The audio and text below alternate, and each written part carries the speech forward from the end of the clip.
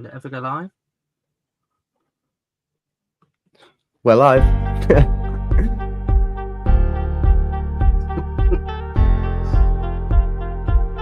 Is the countdown going to come up?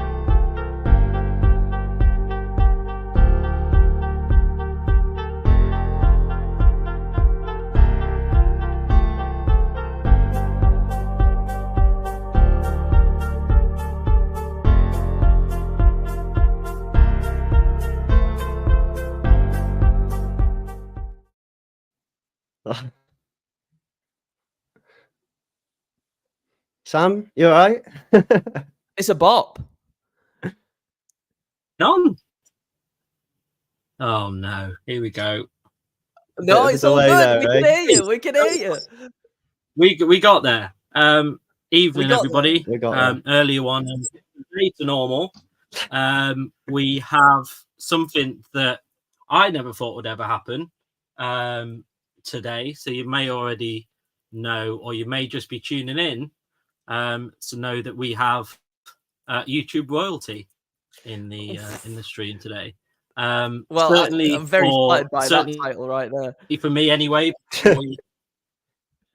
Oh no, I honestly would say so because it's sort of one of the leading channels. If you don't know already, part of Cultaholic, sort of one of the leading channels on YouTube to do wrestling, certainly gave me a lot of joy over my time of watching it. Certainly gave a lot of people maybe that were, well, I think it was actually cool to watch wrestling when we were in school, to be fair. Everyone did. But certainly past that point, it gave everybody that watches wrestling an outlet that they could go to and just be around. So I want to welcome Andrew. How are you? I'm good. Thank you very, very much. Again, like as we were saying beforehand, just thank you very much for asking me to come on and have a chat with you. Like we've been talking obviously through messages and stuff, and the things that you've been telling me about Wrestle Dawgs, your channel and everything, and how fast it's been growing. It's nice to see that like, because sometimes when you're in the YouTube space and stuff, it can feel like people have seen everything to do with either like video games or wrestling or something like that. But it's so nice to see a channel and people such as yourself still getting into it and people being really invested in it at the same time as well. You know, new people come into different places for different opinions and different sort of takes on things. I think it's really nice and refreshing. So I'm really honored that you've asked me to be on today. So thank you very, very much.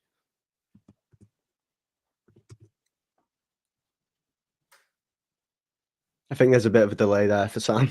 But thank you, Andrew. Thank you very much. Oh man, no, not a problem at all. Not a problem at all. I think one of the reasons that you are one of the biggest channels is that you're so authentic, and like I struggle myself to get that across in my videos, like as someone new and like someone introverted as well. And you guys seem to get that across so well. Like you just get your personality into it, and it's like so authentic, and I think that comes across so well.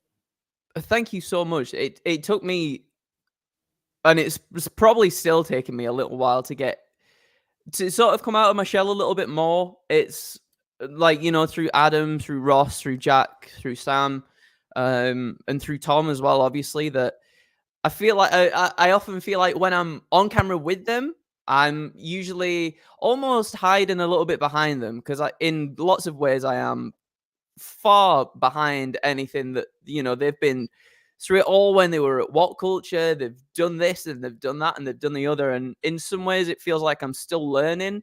But then more recently, it's felt like because of them, I've been a lot more comfortable. And they're like the best, most giving co-host you could ever ask for, in terms of like they will like you have a platform to sort of just express how you're feeling, and then you can have a nice little conversation. It's always nice is like the conversational aspect of what we do, because sometimes you forget the camera's there. Sometimes it sounds like a cliche, you forget the camera's there sometimes, and you can just chat and enjoy and sort of analyze which is really, really nice. But the authenticity side of it, I feel like I'm still trying to get to grips with it. The others are absolutely spot on with it.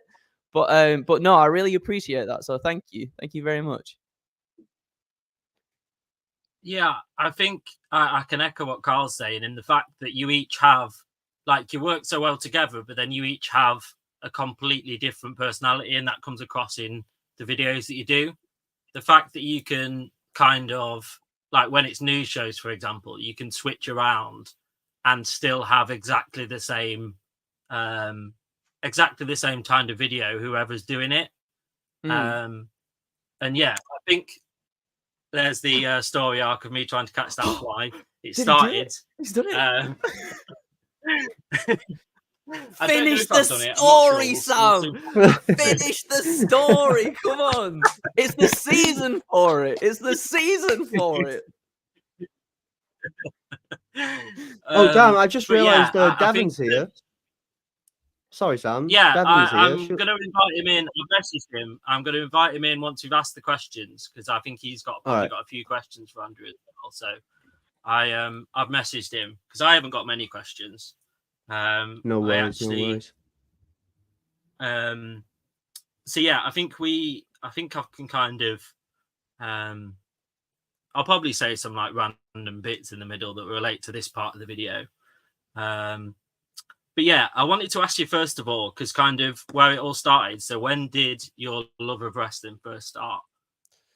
Oh, so I was thinking about this on the way back as well, because I always sort of, it's a weird one, because I was really into wrestling, and then because I didn't have, you know, like your Sky Sports or anything like that, there was sort of gaps where I almost sort of just like filled in what wrestling was almost like out of nowhere. So basically what happened was I must have been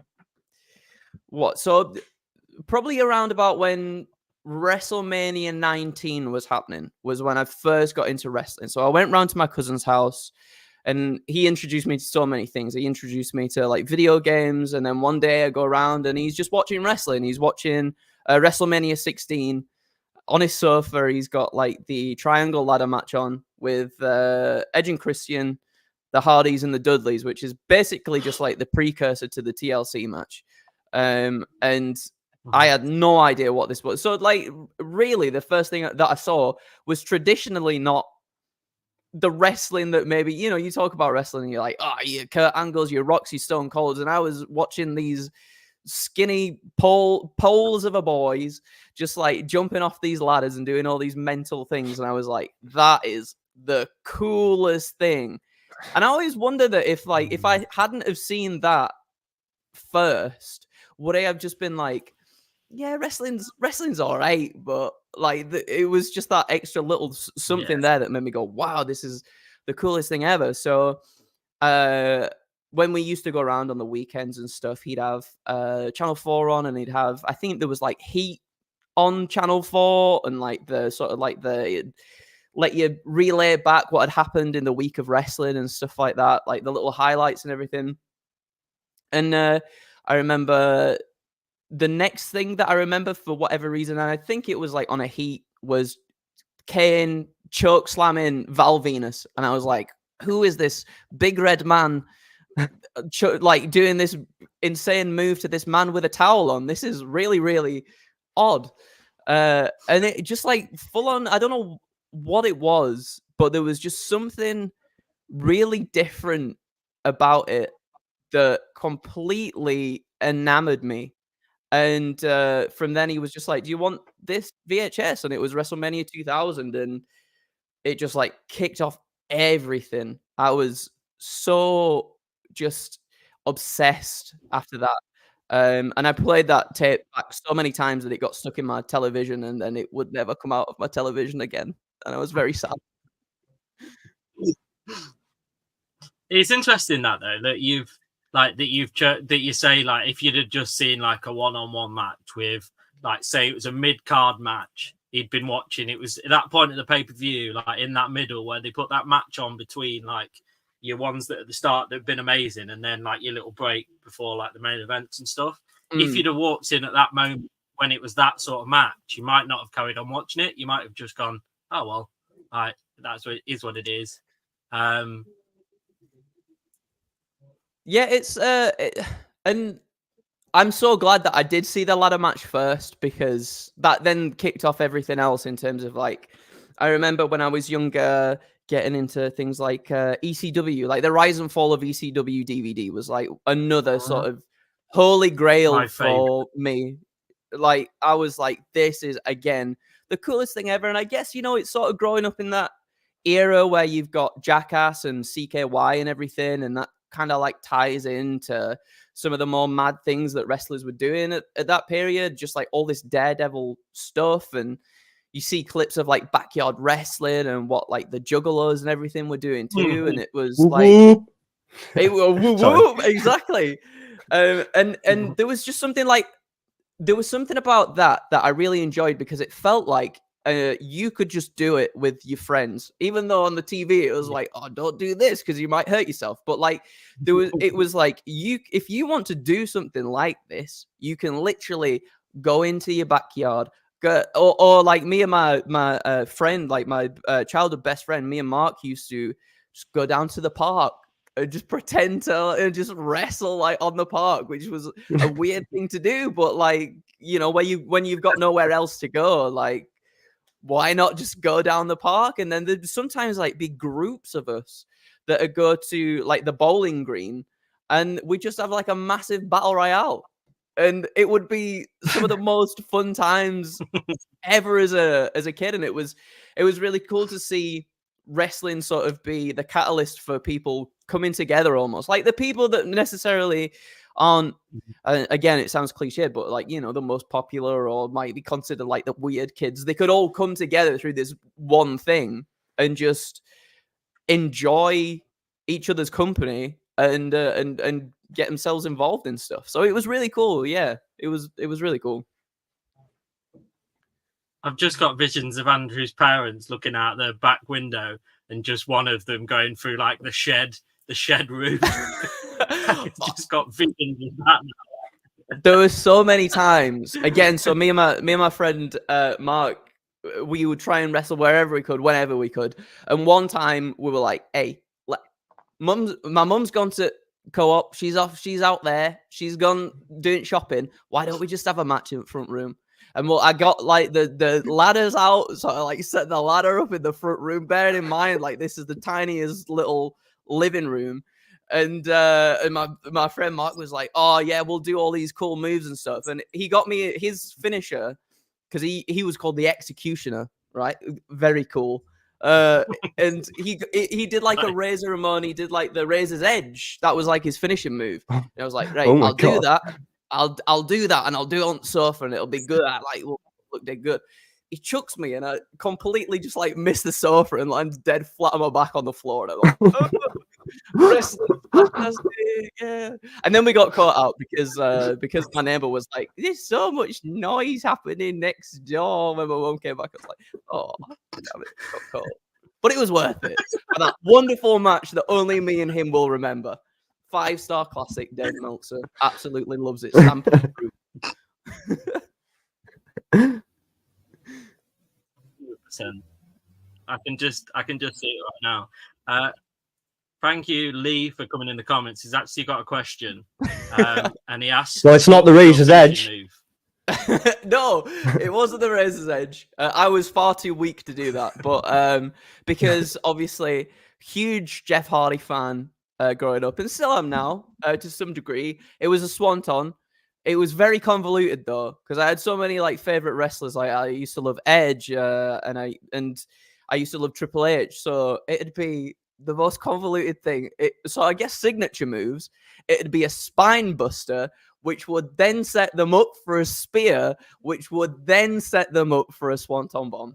Because I'm a greedy boy that way. So the swanton was like the thing, though. The swanton was the thing that I wanted to keep the most. That was the big one. But yeah, spear / swanton, I guess.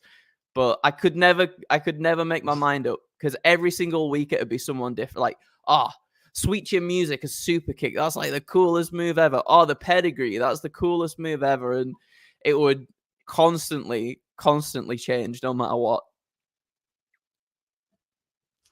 Yeah, it's funny you mentioned about the it's almost like you read my mind, because the rise and fall of ECW, I keep like getting on to Kyle and Devon and like Lee and Posh and just saying, right, we need to get a video out somewhere, like somehow, where we just all watch it together, because it's the best piece of documentary making ever. It's just unbelievable. Like I've shown it when a documentary is good, you can show it to people that don't even like wrestling and say, oh, it's rubbish. And they still go, actually, do you know what? That looks like it was really fun. And I went through a vintage addiction, and my DVD collections got pretty big. But I did find a DVD double that had the One Night Stand and Vengeance Day 2005 in it.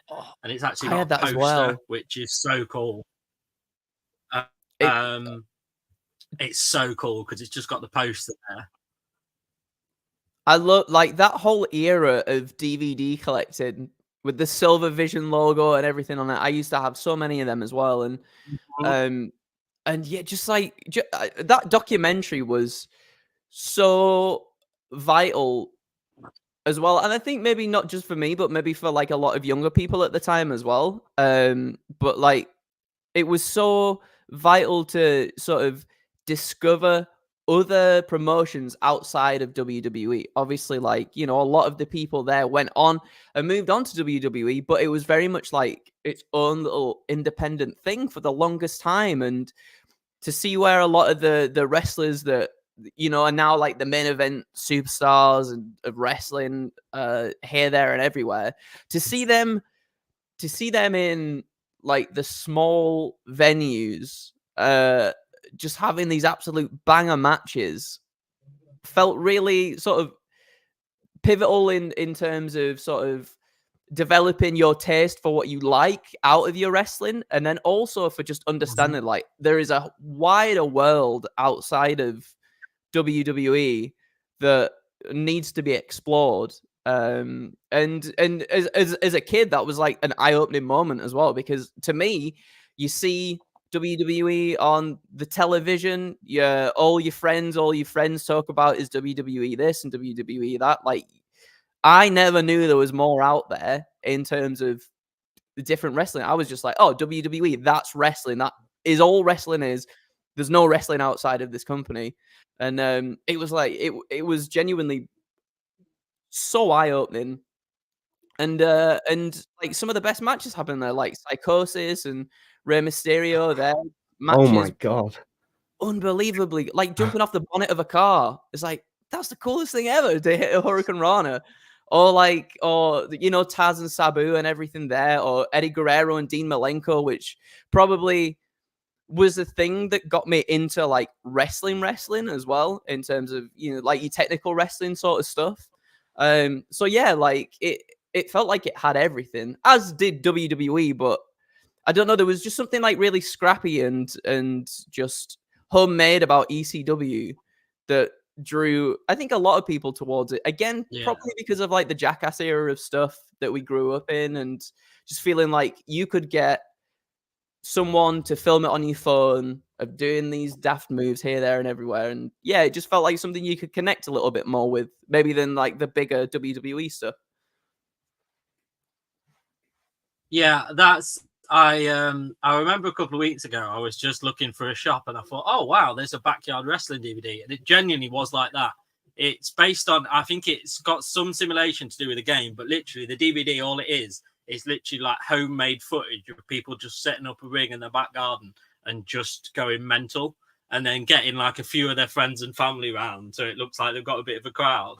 And it was great. Not sure I'll be carry on collecting and finding all the DVDs, because some of them are really rare apparently. But yeah, I'm still not going to give up on my DVD collection. It's something I've done since one of my friends. I went round to one of my friends' house when I was much younger. I think it was in secondary school, and he had loads of these DVDs, and he was like, "Oh, got loads of these DVDs," and we just literally sit there for the full days just watching the whole anthology of the Elimination Chamber matches, or like, and that was just man. so crazy. And then I'd go around the next time, and he'd be like, "Oh, look at this! Like, I've got a signed." He had some like prints that had like Shawn Michaels' signature and everybody's signature, and that was just where. Now I've got my Funko Pops, which are bits of plastic. But yeah, it's funny you should say about the. They're cool, but they are essentially just bits of plastic. Yeah, it's funny you say about the Silver Vision type stuff, because I remember like each week they had their own like YouTube channel, and this guy would come on and tell you like the DVDs that were coming out that week, and like I'd be like proper into it every single week, even though I didn't have the money to buy them at the time, because I was still like, because it was a long time. When you actually managed to get like 2 of them, it'd be like Christmas. But yeah, he used to come on every week. He was in like this actual office, and he used to come on every week and was like, "Oh, this is what's coming in this week. Like next week we've got this and this coming in." But then yeah, that kind of didn't go as well as it was. And then since then they don't make the nice boxes anymore. They used to have like slips on the actual covers, and then slips inside. But now it's just like, let's see if I can get one off without like tumbling everything off. Go on. Oh, good promotion So, for like, AEW now, there. Yeah, it's from All In. That's the only wrestling t-shirt I own. I wish at the time when CM Punk had that thing going with Cena in like 2011, there was a CM Punk shirt that had like the white. So it's basically the same one that he had in AEW, but it was like white with the CM Punk thing there. My friend got it, and he was like, "You're gonna have to get this because this is gonna go down as like an iconic t-shirt." I was like, "Oh no, it'll be fine." Like, you don't think of it when you're younger, but I just wish I had. He's probably sold that for like so much money now. He's gone between WWE and like. Well, I had so, one of that's the. What they look like now. Oh, nice. Oh, they don't. Okay. Well, that's quite thick still. Yeah, they don't come. They just come like that, and you don't have like a nice leaflet that told you what was on the DVD. It's just stuck behind the DVDs now, so they don't look as good, to be fair. But yeah, now they cease to exist, and they're not. Like, there's something I don't know about you. So I'm a 30-year-old man. I'm an old man now these days, right? There's something like just really sort of nostalgic and comforting about going back to things from your childhood, like collecting things from your childhood. And I feel like the wrestling DVDs would absolutely be one of them things for me. In terms of like you were saying, the presentation of them was so good, especially the WrestleMania ones, where they were like almost like gatefold vinyl kind of things, where you just unfold all this different like sheets, and there'd be all the different DVDs and stuff. But I think it's good. You know, you say like they're like little bits of plastic when it comes to your Funko Pops, or I guess even the DVDs are technically little bits of plastic. But like at the same time, there's something there's something quite comforting about it. I quite like the idea of like you know, collecting things that sort of brought you some joy in your childhood and that. Yeah, I just think that I just sit there sometimes and be like, oh yeah, actually, I do want to watch like a random WrestleMania. Yeah, I've got like 20 to 30, and I just do want to watch it, like, and I can just put it in. Like, whereas on the network, you have to kind of like look for it, and then if it's like past, I was telling Carl about this, and if it's past like a certain stage in history, you only get to see half of the screen, and I'm like, what's the point in that? Like, you're just actually looking at the 2 blank spaces on either side of it. You're not focused on the wrestling. And like, even with like, there's a the Iron Will, which is the Elimination Chamber match DVD. Either side, there's like Elimination Chamber logo on either side, so it is just half a screen still. At least that looks a little bit better. Because you can then just focus on the wrestling. Whereas when it's just two blank bits of screen, you're like, "Well, this is not good." Like, I'm watching off the screen here, so you wouldn't want to go to the cinema and just suddenly it be like a quarter of the screen you're watching the film on. So I was like, why should it happen? That was pretty much just Saltburn. Last year we were watching Saltburn. That's all that was. Quarter of the screen. So I'm gonna cut. Nope. Yeah, the less said about that, the better. I've heard about that horrendous thing. See, when something like that happens, I don't worry about the film. I worry about the person that suddenly went up one day and suddenly went, yeah, I'm going to make that today. This is what I want to make. That's the person that I worry about. I love it. I think it was right. such a good film, but I understand.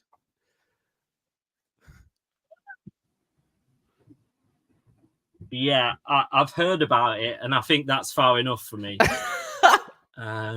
So I'm going to catch up with some of the comments because they've been flying, to be fair. So Lee, who I've already mentioned. So he even joined the stream. The time delay is real. It definitely is. Like the most important show to date that we've had, and my internet still doesn't want to work. I've got a Wi-Fi extender right next to it. Oh wow! It's still playing up. It's almost like it knows. Yeah, it's almost like it knows. I think we also need to call BT because it's not that good. So these comments are coming really, really slowly on my screen, which is not good.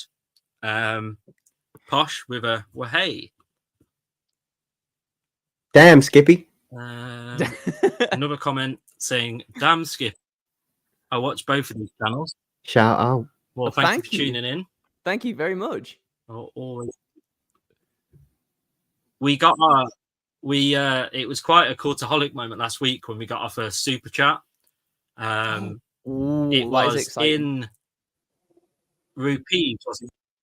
Yeah, rupees, yeah. Oh wow, that's awesome. No way. So we got some Indians watching. Welcome. It was just crazy that someone from that far away is just watching me and Kyle just talking wrestling in our bedrooms. Like, it's just nuts. But again, like I said, though, it's really cool that, like, you know, you guys are growing pretty quickly as well, which is really cool to see. And it just goes to show that, you know, there's still room on the internet for you know, people just to talk about what is essentially a silly thing is wrestling. Talking about wrestling is it's just a weird thing to do, but like it's nice that people still sort of get together to do that kind of thing and just hear different people's takes and sort of, you know, just take little bits and pieces of information and sort of, you know, be able to express themselves in some way. Yeah, I think me and Carl was talking about this as well, like the other week. There actually isn't, when you look at like all the wrestling based channels, there isn't many that actually are UK based. A lot of most of the channels are pretty much like American based. So actually there was like, I think Kyle was onto something at the right time unintentionally, that there was kind of, because I think not to discount the American wrestling fans at all, but I think they are, because they've had it and had the pay-per-views at a normal time forever, they've somewhat not lost the excitement for it, but it's become kind of normal for them. But because like if we want to watch a pay-per-view like me and Devon and Kyle did, I was up to like 5 o'clock in the morning in a hotel in Manchester watching the World Rumble. You have to dedicate yourself to it. I was just like, why am I doing this? But, yeah.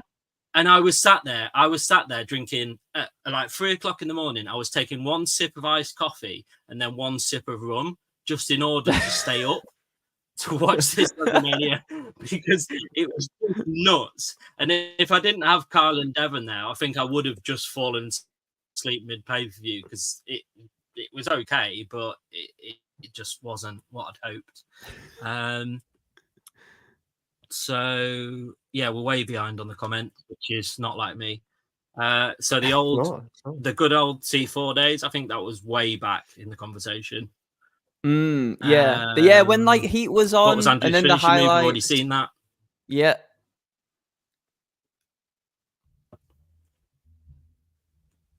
I think Posh and Lee, I'm up for that, and me too, was the watch along for ECW. One of my friends tuning in that couldn't give two hoots about wrestling. Yeah. One of my friends tuning in, that couldn't care less about wrestling. He's got no idea what's going on at all. But thank you for being in the stream. When it comes up, it'll come up eventually. It's there. Oh, nice sentimental part of the video there. So quickly moving on to the next question. So I kind of wanted to know. So these two questions kind of link into each other. I kind of want to know your journey into YouTube and how that started, and then how that progressed onto where Cultaholic is now. And then there's a little part to the question that was added by Lee as well earlier on. And let me go back into our chat and find it, because we've been going a bit crazy this evening. And Lee would also like to know, as a third part to that question, how you found the transition from how you started in Cultaholic, because I may or may not know a little bit about that. Lee's told me, to kind of being on screen fully as it is now. Yeah, so the journey was not one that I'd sort of thought about at the time. So it was 2018 in December, and I just quit my retail job. I was like, I've graduated uni in 2014, and I was like, ooh, I'm not really putting my degree to any use. I got a degree in music. Again, that's come in handy, hasn't it? Because I use that all the time now. So I had graduated in 2014, was in retail for about 2018, and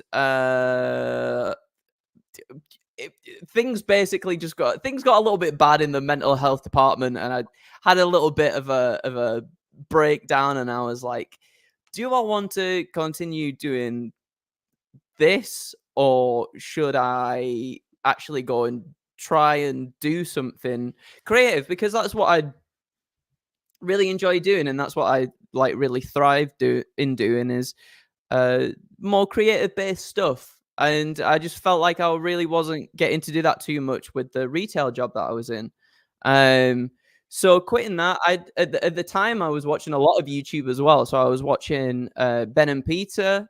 They were now with Triple Jump, but then at that point they were with Vidiots and the Yogs cast. And I'm a huge video game fan, and I was like, I'd love to do something on YouTube, editing. I was like, I'm so happy. I'd be so happy just to be an editor. I just want to learn how to do stuff. I like a lot of Cadicarus stuff. So like just daft, weird animations and edits in videos. I was like, oh, that's great. I'd love to try and do something like that, because I'm a big fan of animation and like Aardman and stop motion and things like that too. So I was like, if I could try and get something like that and video games in the mix somewhere, I'd really like to sort of pursue that. But obviously, not doing anything like that beforehand, I didn't really know where to start.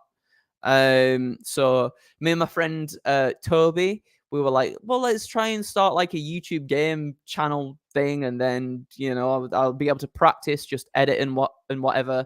And because I just finished because I just sort of quit my job, I was like, I might just go back to college and do like a media studies degree or something to do with like filming and editing and stuff like that. And none of that came to be. None of that at all sort of came to be. Me and my friend Toby, maybe like we made one video playing like Resident Evil 2 when the remake first came out, and that was really fun. And I was like, I definitely want to do something like this because I enjoyed it so much. And even though it didn't really go out to anybody at all, it felt very fulfilling to do something creative like that. And I was, at the same time, I was playing in a band too, and I was feeling a little bit disillusioned because we were doing shows around the UK and everything and not really seeing anything back. And at that point, obviously, without a job, like paying for petrol and this, that, and the other, I was like, I just don't feel myself wanting to commit to this. I definitely want to commit to the YouTube stuff, but I don't know how. And then it was literally just as simple as, and it sounds so anticlimactic at this point, but it was literally just something so simple as I was watching a video. Ben and Peter had just announced Triple Jump. They were sort of like, part of the Cultaholic family and everything now. And they were looking for editors. They were talking about, we don't need any just yet, but we're, down the line, we might need editors and stuff. And I was like, that sounds like a good idea. So listen to their podcast religiously. And I was like, one of these days, something's going to get announced. I want something. And then one day it did. And up on their website, it was like, there was like a freelance video editor position. And I applied for it and I sent my video in. Got it done super quick. I was super excited about it. And then I was thinking to myself, I was like, ooh, there's probably going to be so many people that are gunning for this editor position that it was probably going to get lost in the shuffle or whatever. So I was like, well, I know the Cultaholic channel. I know wrestling. I enjoy wrestling. I'll just have a quick look on their sort of careers page and see what's there too. And they had a position up too for freelance. So I was like, okay, well, if I don't get the Triple Jump one, maybe if I apply for the Cultaholic one as well, then there's a chance that maybe something could happen there. And so I applied for that. And then I didn't hear back for like 2 months from anything. And I was like, well, I definitely didn't get it then. And like we were away playing in the band at the time. We were in Birmingham, and then all of a sudden I just get an email from Sam. And at this point, again, I was like super disillusioned because I was like, oh man, I didn't get the job. I got no money coming in. I don't know what I'm gonna do. I'm gonna have to crawl back to my retail job, and it's gonna be embarrassing to do so. Even though, like, obviously, there's nothing wrong with working in retail at all. It's an absolutely perfectly good job to be in, steady, really good pay and everything like that. And I was just like, for me, I was like, I just want something a little bit more. And then we were in Birmingham and I got an email from Sam and he was just like, we'd like to try you out on this video if you want to be a freelance editor. And I was like, yes, please. Thank you, Mr. Sam, sir. And then, yeah, from there, I did my first video, sent it off, and then I was a freelancer for I believe about 2 or 3 months, and then Adam was just like, "Do you want to come and work for us full time?" And I was like, "Absolutely." I don't know how I'm going to make this work. I don't know how I'm going to afford rent. I don't know what I'm going to do. This, and this, and he was like super supportive from day one, which is a good sign because I've heard horror stories about other YouTube channels before, really sort of exploiting workers and things. And Adam was like the complete opposite of that. Adam was just like, I can give you, you can get an advance to come and work with us, and so you can pay your rent for the first month, and then this, and this, and everything just like fell into place so fast that I really didn't have time to think about much of anything. And then yeah, it was just straight away 2019. In July, I believe, end of June or start of July was when I started full-time in office with Cultaholic. And yeah, it was amazing. And then within a few months, the pandemic kicked off and it was like, oh, gotta work from home now. Oh, no. And that was a whole different kettle of fish. But yeah, no, it was a daunting thing to get into to begin with, because obviously, you start working with these people that I don't want to say idolized, but you definitely looked up to for inspiration in the field that you wanted to get into.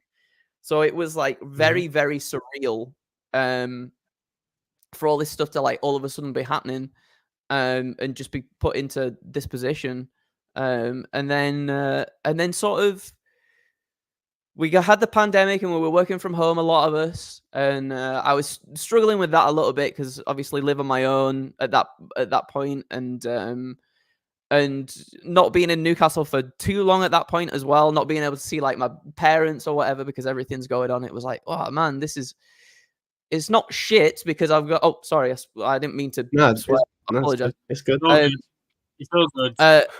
Kyle's had It's it not a lot. necessarily it's not necessarily rubbish because of the job that I'm in, but like it just sucks to not have any like contact or really get to make like proper connections with anyone because we've not really been there for that long, and now we're having to work from home and stuff. And then Adam was like, there's a very select few of us. I think it was just Adam, Sam, and myself. And he was like, I know your internet's poor at home and everything. If you would like to work in the office, we're all very much distanced apart. And like Sam was in one office way away and I was in another, and then Adam was in another. So, you know, even though we were like still quite distant, we still got to sort of interact in some ways like properly together. Which was really, really nice and helpful, and that really helped in terms of like Sam sort of teaching me the ways of editing because at that point I'd only been maybe editing for like 6 months or something, and then sort of getting onto like the camera stuff. Adam one day, whether they were just short staffed in the department or whatever, I'm not too sure, but Adam was like, we're thinking about, would you like to be on a news video at some point? And at that point I was very much like, new opportunity, why not? If it helps out in terms of, you know, everybody else has been stretched thin. Jack's been recording from home on his own, Tom's been recording from home, Ross has been recording from home, and I was like, if it helps out, if it lets them have sort of some time to just chill out and do other things, then yeah, I don't mind giving it a go.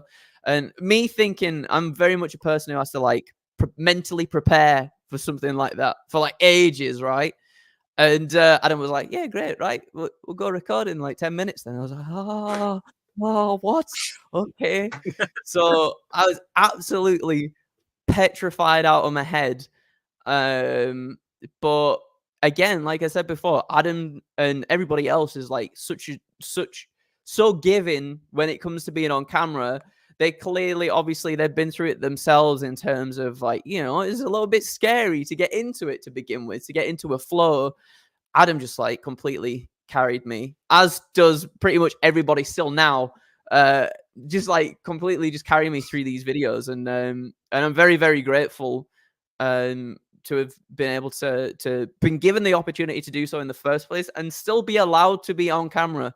I'm very surprised that that's still allowed. But again, I'm just super duper thankful for it. So yeah, that was a long-winded way of getting there, wasn't it? But I got there in the end. I got there in the end. Yeah.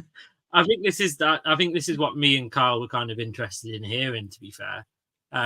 Because it's funny you alluded to that, because I'm quite lucky that before, like, Kyle does all the editing and stuff and can do all the graphics, but I was quite lucky that I'd been on Lee's channel, I'd been on different Arsenal YouTube channels and stuff, so I could say, do you know what, I'll step in and I'll do the talking on like the live side of things.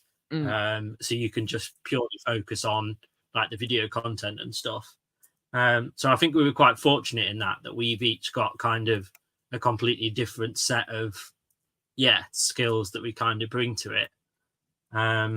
So I think we were kind of fortunate in that, to be honest. But yeah, it's like it's nuts, because it strikes me as like, when you've watched the channel like I have for quite a while, it strikes me as like almost like a family. And it strikes me like that if things kind of went wrong for someone, that everybody would be on their side. Like it comes across very well in that.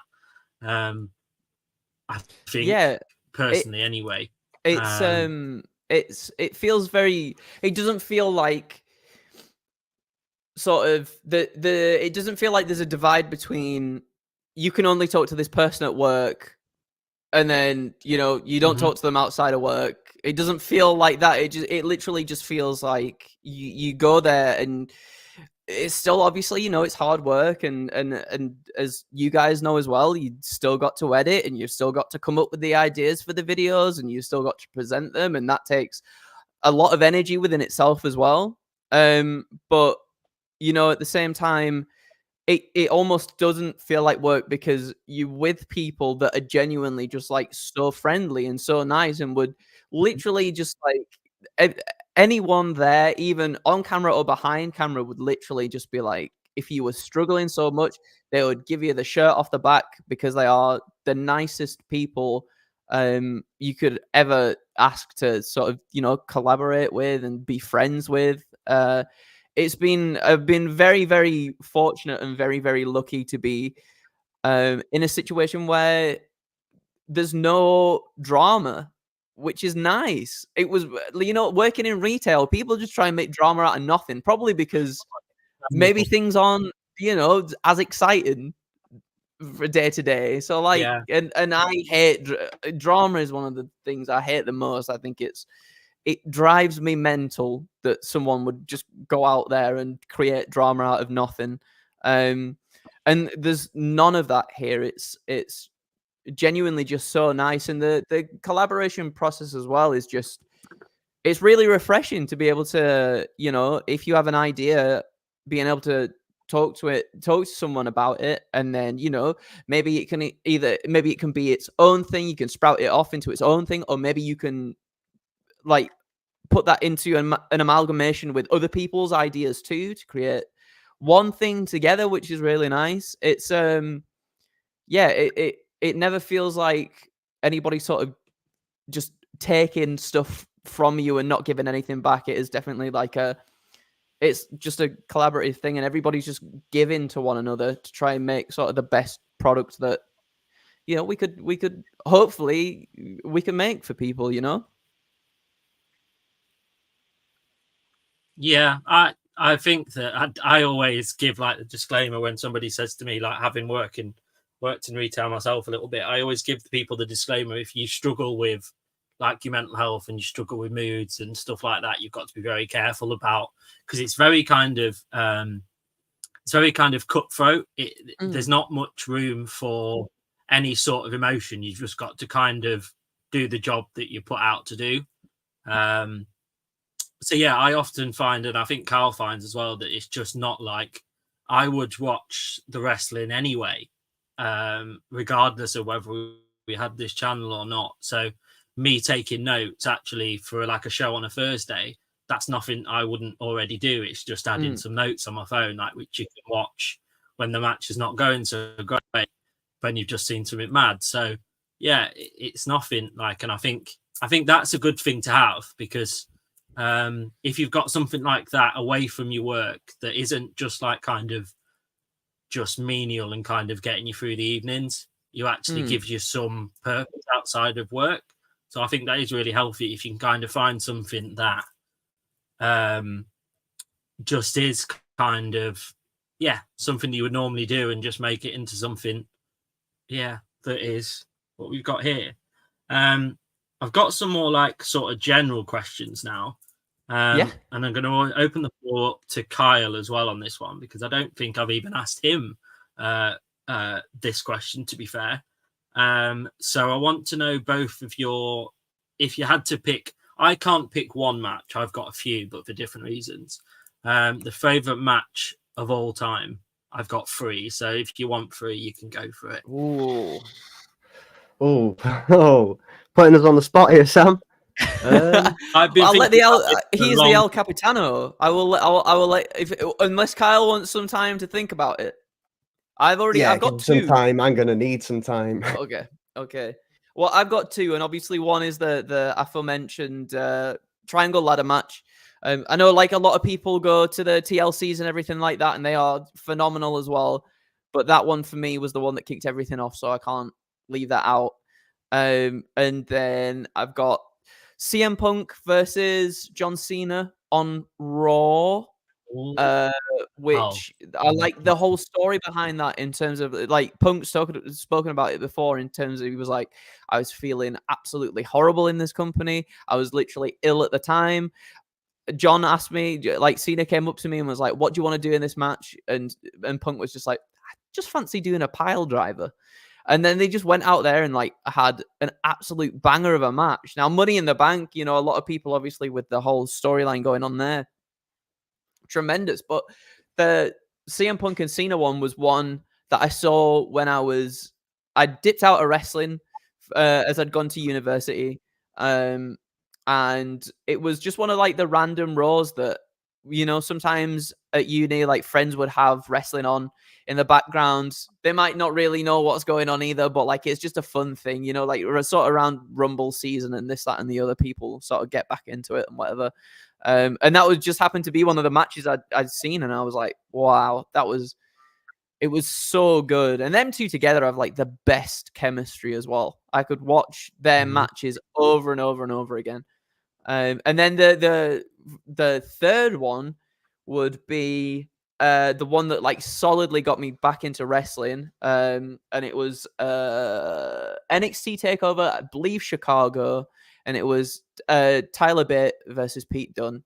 And because it was two British wrestlers that I'd known nothing about before, I didn't really know what NXT was at this point. I was just on the off chance. I was like, I got the network back. And I was like, I'm going to try and get back into wrestling. And that was like one of the first things I saw. And I was like, this is unbelievable, because it felt like something that you'd never really seen from a WWE product before.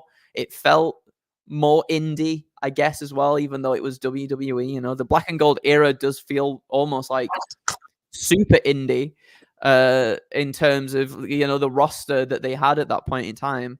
And yeah, everything looked super stiff and just like unlike anything I'd seen sort of WWE style wise before. I was like, this is one of the coolest things ever. And yeah, just the fact that they were British as well, you know, there's a lot of things that I'm like, I'm not really, I never feel like super proud to be British or out like that. Like, I'm not one to be sort of proud of that kind of thing. But like the fact that these two wrestlers were from England and were just absolutely battering one another on this huge stage at an NXT Takeover, I was like, that's really, really cool. And they just happen to be amazing wrestlers as well, so it's a bonus at the same time. So yeah, that's my three at least as well. I can't. It's so weird you say that, because I thought of my third match today. So in 2017, I actually did a season in Ibiza, and being the geek that I am, I was still watching, catching up with the wrestling while I was there. So it was a random like afternoon, and I turned on an NXT. So I don't exactly know when it was. So it was in 2017. I don't know if it was at a pay-per-view. I think it must have been at a pay-per-view. So it was either at a pay-per-view or on a weekly show. And it was Tyler Bate and Pete Dunne. I'm pretty sure, I don't know. I'm going to have to like find out what it was. But I remember watching that and just being in my room going nuts. Because it was just like back and forth. And like, I think it was going to finish and then it didn't. And then I've got the people that I was rooming with, like looking on at me. Like they're thinking, right, we're going to go out tonight. Where are we going to go? And I'm just sat there, just casually watching NXT wrestling. And they're like, what is this guy doing? Like, have we made a mistake rooming this guy? Is he not like going to come out? Is he just... You were in the right there. By far, I would rather watch Black and Gold NXT any day rather than going out and getting drunk. That's yeah. Wrestling is my drug. I love it so much. Yeah, and they must have been kind of like, oh my god, have we got one of these that's just gonna like not see the outside and go back to the UK whiter than what he first did? So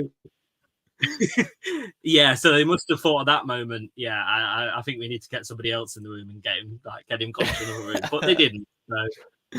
So they didn't. So that's one of them. The next one. It's got a little story behind it as well. In 2000, so I sort of watched it in school, and then you sort of went out of that little phase of your life that was the kind of wrestling. And then in 2011, so it's the end of the 2010. The last 2010 pay-per-view was Tables, Ladders, and Chairs. Yeah, and we were just all like hanging out with each other, as you did like when we weren't at school and stuff. And I don't know how it came about. I've got no idea. Me and my best friend at the time were just sat in the living room thinking, right, what do we do now? And I don't know how it... I wish I knew how it happened, but I don't have a clue how it happened. Somehow, we managed to find out that it was the Tables, Ladders and Chairs pay-per-view. And was like, do you know what? We've not watched this forever.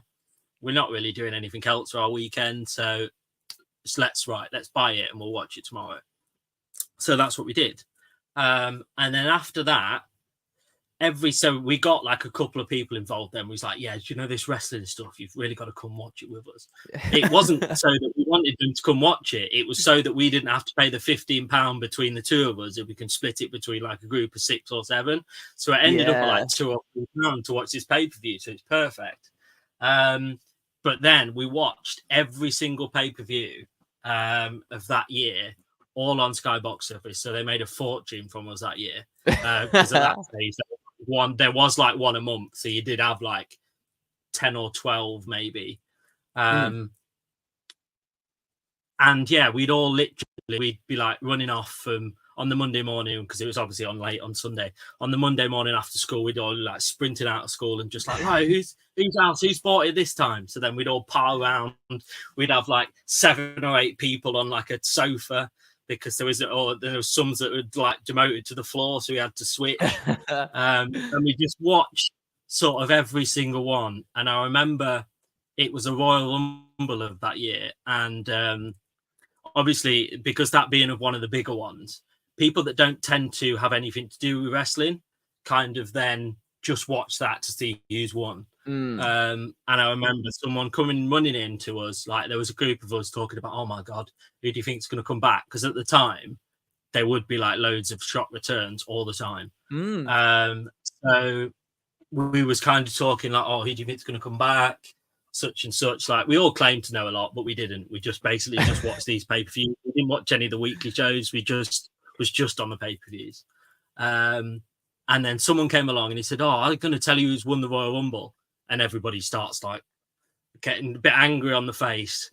And there was like, and somebody looked at him like with one of the bigger guys in our friendship group and said, don't you dare tell us who's won the pay-per-view when we've already bought it and we're all going to be piling around watching it. He told us who won it. And honestly,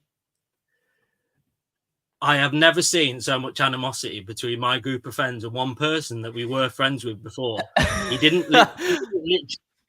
He started the next day and the next sort of couple of weeks. It was really bad because he'd come up and speak to us, and we just all literally we took a vow of silence, and we said we're not going to speak to him for the next like 2 or 3 months, just so we can realise what damage he's caused. We was all like planning a little cult whilst watching the Rumble when it was one of these like poorer matches. It was all like a little cult. Right now, what we're gonna do? So he realizes what he's done and the pain that he's caused.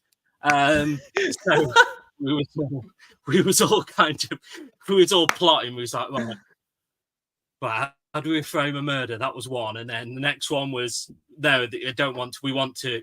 we don't want to be. It's not that we didn't want to go to prison. It was the fact that we didn't want to miss the next year of like the rest of the year of pay-per-views. Like if the member short, it'd be the same. So we went around. And the most suitable conclusion after we'd gone around a couple of times and had some really daft suggestions at that point. We came to the vow of we won't speak to him, and we'll set a time limit now. And if anybody speaks to him, they'll also get that vow of complete silence, so they'll also be talking to themselves. So wow. These things can't be forgotten. They've got to for be... the rumble you gotta, these things are serious, Yeah, so we had to take that, and I said if anybody, like I say, and then I did break character quite a few times, because when one guy's trying to talk to 6 or 7 people, and each one of them, he's just talking to himself, and each one of them aren't saying a word to him. It was quite funny. So there was a couple of times that I had to take myself out and kind of just have a little giggle to myself. So yeah, that was that one. So I hadn't even got to what match it was yet. So it's funny again that you say that, because it was the CM Punk and the Cena one at Money in the Bank. Yeah, with Punk threatening to walk out if he won and stuff, and that was just something that nobody had ever seen, I think, like in forever. Like it was just something so kind of original on WWE's part. And the match itself was just amazing. Like it's one of those matches that I can go back and watch like over and over again, and it just takes me back to us all going absolutely mental, because we were like, sure, he's like, oh no way, no way that CM Punk's going to win and take this title away. And then he did, like the rumor erupted. Parents thought, oh my God, something's happened, somebody's died, or they were genuinely wondered what had gone on, but it was just us all going mental. A couple of 16-year-old lads going mental at the wrestling. But yeah, that was that. So that's that one. And then the other one, just for, I don't know, just how good the match was, and for why me and Kyle, I think, still watch wrestling and we enjoy AEW because it's kind of a little bit off the cuff. But this one was Edge and Foley at 22. Oh my God. Yeah. That was going to be in mine. Yeah, that just epitomizes everything that I like about wrestling. When it's not, yes, I really like it when you see a really technical wrestling match, but you kind of really have to be into wrestling to enjoy that. But you could show that match to pretty much anyone and they would go, actually, do you know what? That was pretty enjoyable. So yeah, I think my 3. Go on, Kyle. I was just going to say that it's just like the TLC match that Andrew was speaking about earlier. It's like, that's what it does to you. It just, if you're wrestling a fan or not, you're going to find that awesome. Like, you can't not find that awesome. Do you know what I mean? That match is one of those things. Like, it's a shame we didn't get the fire table spot in AEW that time. With, yeah. What's his name? What's his name? It didn't happen properly, did it? He just missed. I don't know if he was gonna. He was doing it to Nick Wayne, wasn't he? But he kind of completely missed. Yeah. God bless that. I think Nick Khan was in the background. Like, no, you can't do that. Like, you can't do that. We'll end up like affecting our promotion and never being able to be on TV again, especially after we've just had Wembley. We can't do that again to ourselves. I can't wait. I can't wait to see what Edge does. There's a couple that I'm going to. Oh, sorry. I was going to say I genuinely can't wait to see what more of Edge does. And I hope it's more of that side, because it feels like in AEW it does feel like he's allowed to let go a little bit more. So more of that, please, Edge. More. I was going to say more hurting children, but that sounds a bit weird and a bit bad. But more. I'll leave it there. I'll leave it there. But more doing what you're doing, please, Edge. Please and thank you. I remember speaking to Kyle after that pay-per-view and being like, that match was like, because he had that match between Christian, didn't he? And that match in AEW felt like as if they'd wrestled in like the Attitude Era. It just had something about that match when I was watching it. It just reminded me of that. I'm going to skip some of the comments because, as one of my friends, he often types things and doesn't think about that they won't be able to be brought up on screen. So that will stay in the... that will stay very much in my view and not everybody else's view, else we won't have a channel to do anything. So I'm also going to... It's gone down some weird alley from him, and it says, who did Wayne Rooney slap that time? Can't remember. And Posh has reminded him that it's Wade Barrett. Yes, it Posh was. has also said... So actually, my friend that I claimed didn't know anything about wrestling, he actually does. Yeah, absolutely. Posh, because that's quite a niche. That's quite a niche thing to know. To be fair, yeah, it is. So great to have international followers. Goonie Gathering had a viewer from San Francisco 2 weeks ago. That's pretty nuts. Yeah, like I was saying, it's just crazy to think about, like people watching from different countries and stuff.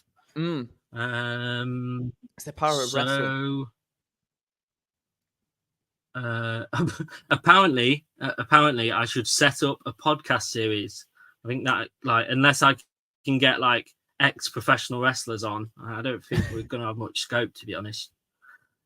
I did meet Rhino. Though, I reckon if you just got in contact with people, they'd be more than up for it. You know, like, because I've seen some ex-wrestlers like turn up on sometimes, you know, channels that aren't necessarily like super mainstream or popular or whatever. I think sometimes wrestlers are just happy to talk about wrestling with somebody who enjoys it, and just to give people a bit more of a perspective on it. So don't sell yourself short, Sam.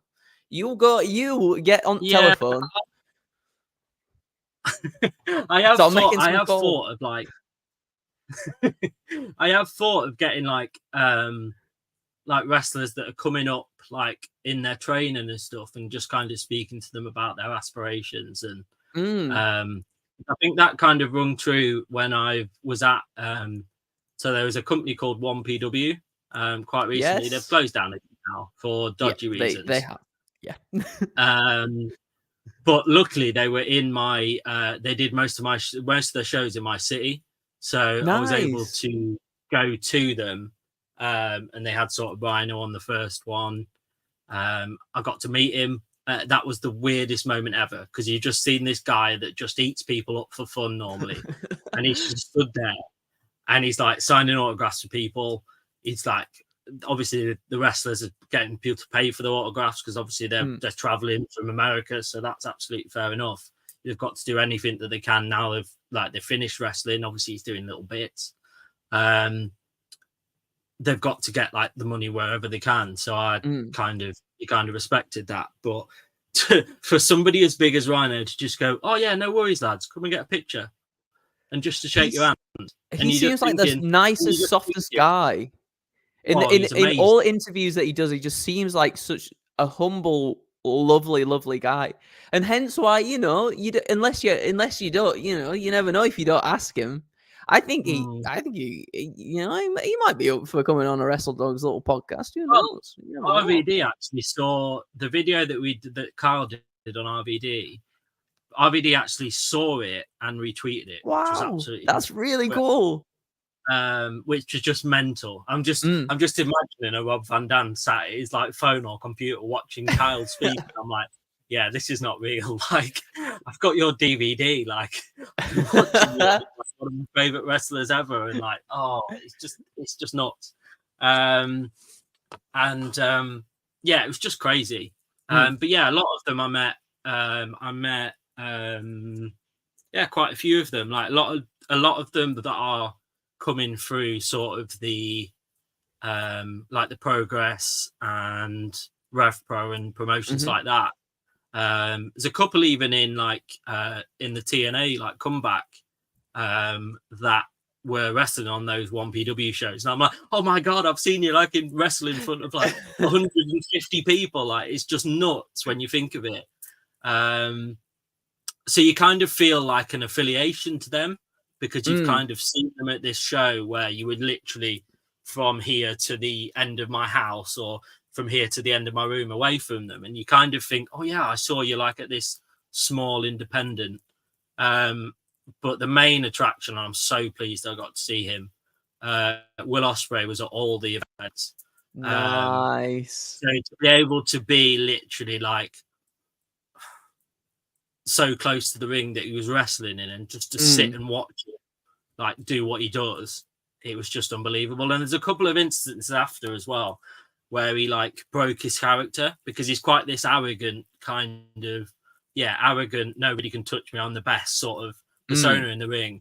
But there was once that this guy had obviously had a bit too much to drink.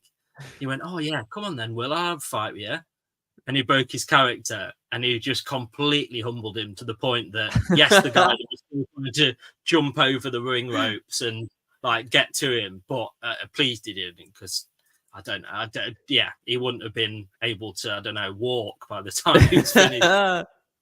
Like even like beating up Will Ospreay, because he does do the stuff that he does in the ring, just leaves him like absolutely. I couldn't imagine the stuff he does. And these were like shorter matches. Obviously, when he goes on to like New Japan or AEW, they're much longer, aren't they? So yeah, it was nuts, because there was one time at the end of a pay-per-view where there was some like fighting in the crowd, and at the end, and he saw this young girl in the middle of all of it that was like really young and was like literally in the middle of all this fighting, and he broke character. He literally came on the mic and he went, "Yeah, this is the time I'm breaking character. I don't care about this." And literally pulled her from over, like got someone, not pulled her, that sounds bad, but like got Greg Burridge, who was his manager in 1PW, to kind of go and get her into the ring. And he just won the title, the 1PW title. Yeah. And he, so he literally then like raised the title up with her, held the title up, and he said, like, at moments like this, like, you only get to see this at these like independent shows and stuff. But moments like this is when I need to break character, because it's not on that she was in the middle of that. He said it's not on for it to happen in the first place. Like, everybody's coming together to watch wrestling. And then they put the girl back down into the audience and like put her away from the fighting and stuff. And then he just instantly went back into this character, and he's like, "Oh yeah,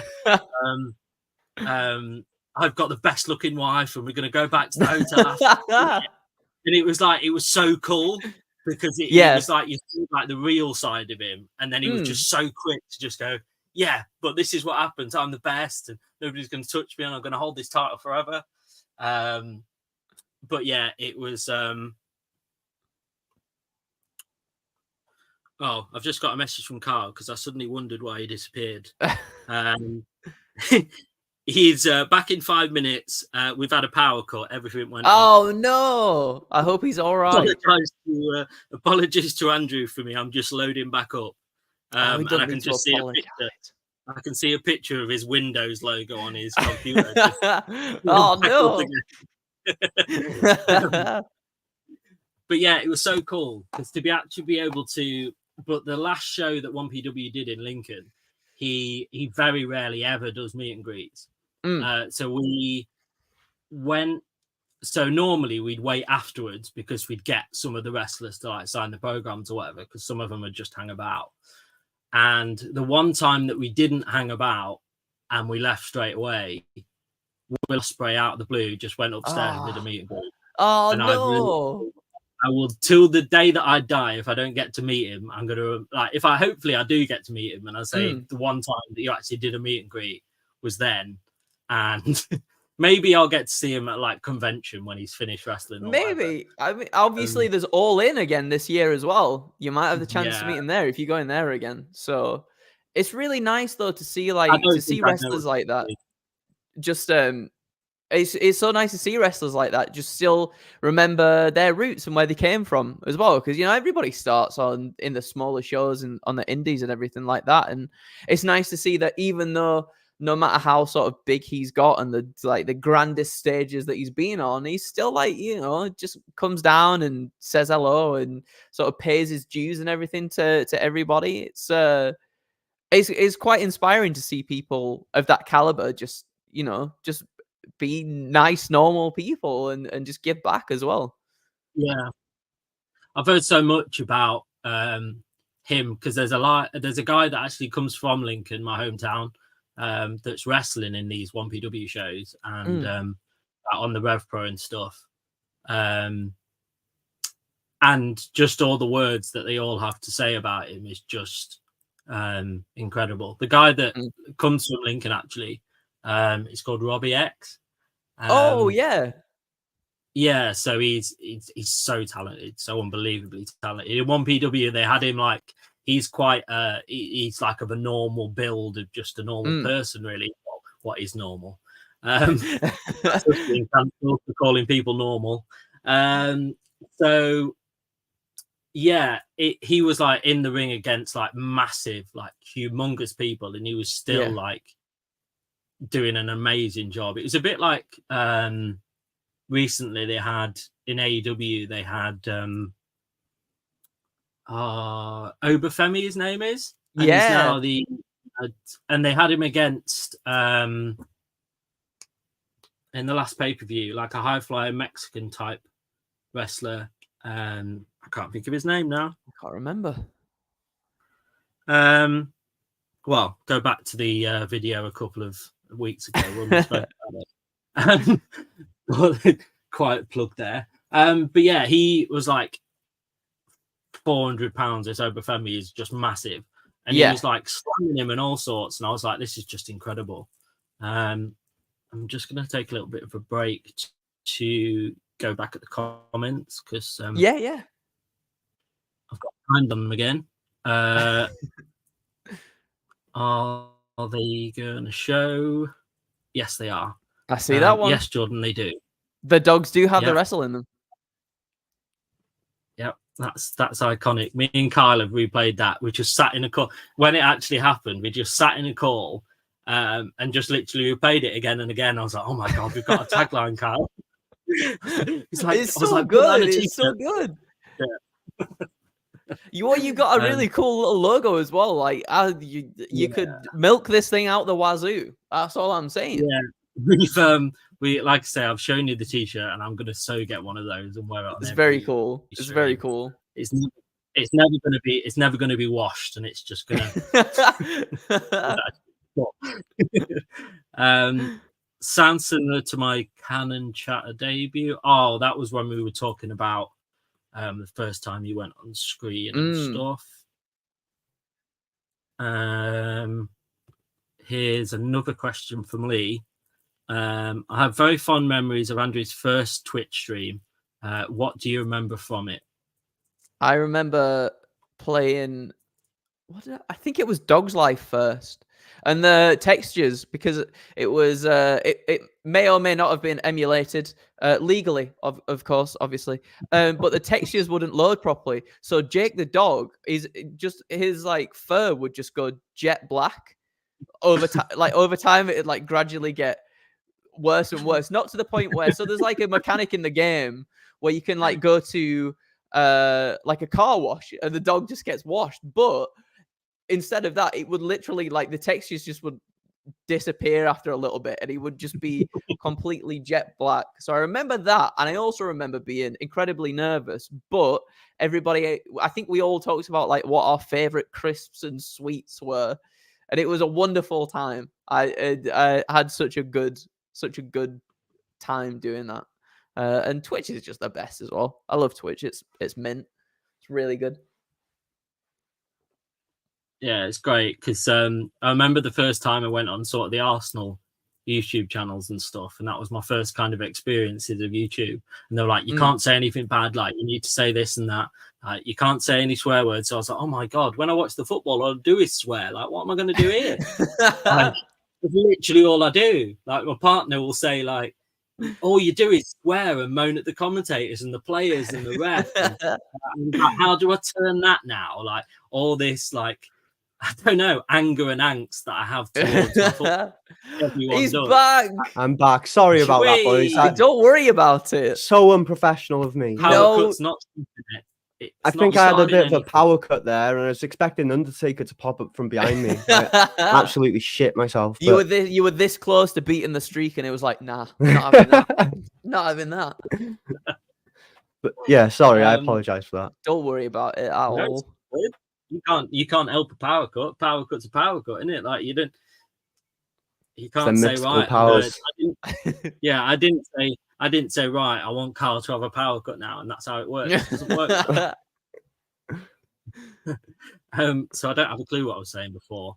But yeah, I remember saying about like because Twitch, obviously, you've got the ability to kind of do as you want, really. Like, but I remember my first couple of streams.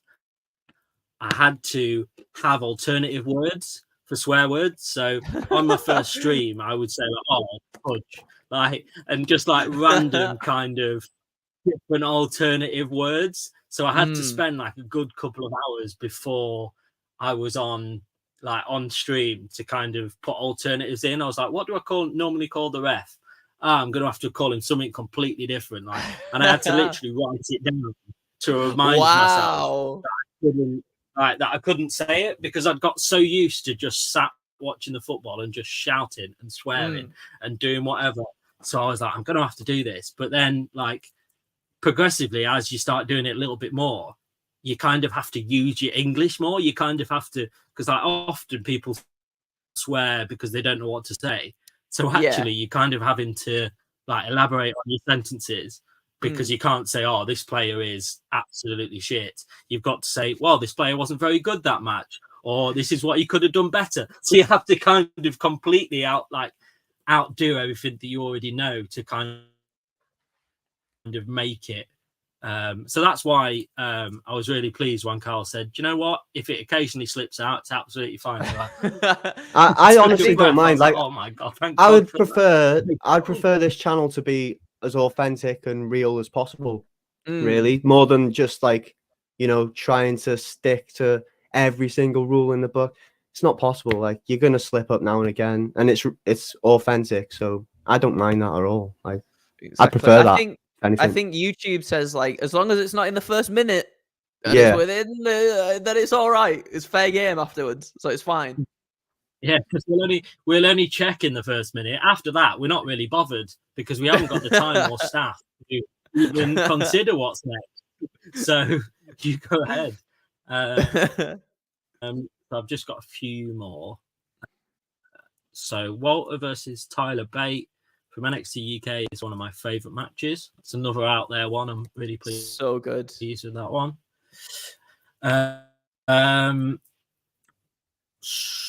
Wrestle Dawgs are in the big time. Robbie X is brilliant. And and then I'm going to save that because that's a question. And I've got a few more to get through, so we're not here all evening.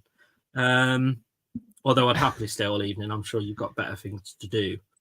I don't know about that. I don't know about that. Oh, I'm glad. That's good to know. So next, it's kind of I tried to make it so that I had a bit about your journey, a bit about like your favorite wrestlers and your favorite matches, and then I've kind of tied it in to kind of speak about the current kind of wrestling, what we're seeing now. So I'm not going to take the credit for the first one because it was actually put in our group chat that we've got between a few of us. But your biggest kind of prospects in wrestling currently, that you kind of, I guess the question was aimed at kind of people that are maybe at the lower ends of brands or people that are coming up, that in the foreseeable future or in the future are kind of going to be some of the bigger names. Is guess where that, I guess that's what that question kind of meant. That's a really good question. And I would say I'm a huge advocate, right, for Cedric Alexander. I think Cedric Alexander is an incredible talent. And I was so worried that he, now within WWE, I was like a bit worried that he's going to get lost in the shuffle. He has done beforehand.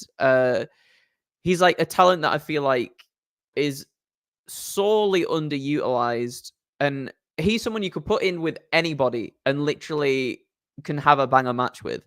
And then recently on this sort of like on the SmackDown that's just happened, we got a little bit of a vignette, and it was him and Ashanti the Adonis. Them two together were talking about becoming a tag team and everything. And I very, very, very much hope that that is the thing that gets Cedric back on the path again to do something good on TV, because I think he more than deserves it. And to be on and you know, for Ashanti the Adonis to be there with someone as high caliber as Cedric Alexander, I think nothing but good things should hopefully come their way. Hopefully soon we'll get the splitting of the tag team championships, and then we can have some more sort of storylines developing between, you know, both brands. So then you're not just having to focus on there being one set of championships and then everybody not really getting a chance to sort of get the stuff in that they need to get in. I'm really trying to think. AEW, I think, prospect wise, obviously he's doing stuff at the moment with the Christian Cage stuff, but I think Nick Wayne is without a doubt going to be an unbelievably big star for AEW down the line. He's very young at the moment. And I think with all things wrestling, time is a huge part of someone being able to develop and finally find their stride and find what works for them, other than just necessarily being, you know, like a very good wrestler, which he is. I think there's sort of places there that he can develop in terms of like his character and his promos and everything like that. However, I think eventually he'll get there and he'll be ridiculously good. I think he's absolutely up there as being sort of one of the people that perhaps, hopefully, you know, leads the company way into the future. And the same for like Top Flight as well. I think they're amazing. I think they've not necessarily reached the potential that they can hit. I think given what's going on here and there, sometimes some tag teams don't necessarily get to really. I'm not too. I feel like the tag team division in terms of like where the titles are at is not the best at the moment on the AEW side of things for the tag division. I'm excited to see what happens with like the Young Bucks stuff and Darby Allin and Sting and everything. But Top Flight, I think, could be one of the big tag teams down the line for AEW for sure. I think they're tremendous. And again, sort of similar to Cedric Alexander, I think they've just got a lot to give, but they're still very young at the same time too. And as long as they both stay free from injury and they can keep pushing forward together, I think there's nothing but good things to come for them down the line for sure. Yeah. That's just reminded me two things. Because I think I like what they're doing with in NXT with Braun Breaker. I'm making up a random Braun Breaker. Because that's kind of the same as what that partnership of Cedric Alexander and can't remember the name now. Because it pads like experience with someone that's up and coming. So I think that's good on both parts, because when you're experienced, there's always that tendency for you to kind of have your moment and then start falling down the pecking order in that company. So I think it raises both sides of the tag team up. So I think it's really good. I'm really excited to see, because in NXT at the moment, I've always been a watcher of NXT more than I have SmackDown and Raw. And their Divas division at the moment, Divas, I can't call them that. I keep doing that. The female roster. Yeah, that's it. I keep doing that. That's going to be on like the blooper reels like 100 times. Thank God we're an hour and 27 in and nobody's really watching anymore. So, yeah, their Diva. I'm going to take myself away and come back. No, their women's division is insane. And just the fact incredible. That like the fact that a lot of these the women's wrestlers on that roster as well are not a lot, you know, it's a lot of the next in line people who really haven't touched wrestling at all in their entire life until recently. And someone like Tiffany Stratton comes in and is absolutely killing it and progressing in such a way that is almost inhuman in such a short space of time. You know, she's had the whole program with Becky Lynch and it was amazing. And she had a great showing in the Royal Rumble as well. And again, I think they're doing something right in NXT, which, you know, I think a lot of us were sort of scared about the NXT 2.0 stuff just being almost like a mockery of what came before with the Black and Gold brand, and us worrying about, oh, well, it's not going to hit that height ever again because that was just so good. And this is literally really going to feel like a development really feel like a development brand basically for WWE, but it necessarily doesn't feel as much like that because these people are so talented already. It's insane. Yeah. It did have kind of a moment like that. I think it had a couple of months when it first started. There was that kind of excitement when it first started because I was like, oh my God, it's like a new imagine of it. So you had a couple of months where it was really good. And then you did actually reach that middle part where you were then going, oh my God, like these shows each week aren't as interesting as they were before. What we're going to do? Then all of a sudden, like this influx of talent just came in and was like, yep, that's not happening. I've always liked it. And I've said this to Kyle quite a lot. I've always liked it because it seems like when they go up to WWE or when somebody starts in WWE and they're in the main brand, they don't get kind of any say on what they do. They kind of just said, you go out there, this is what you're going to be called. This is how you're going to play. You're going to have a rivalry against this person, that's that's how it's going to be.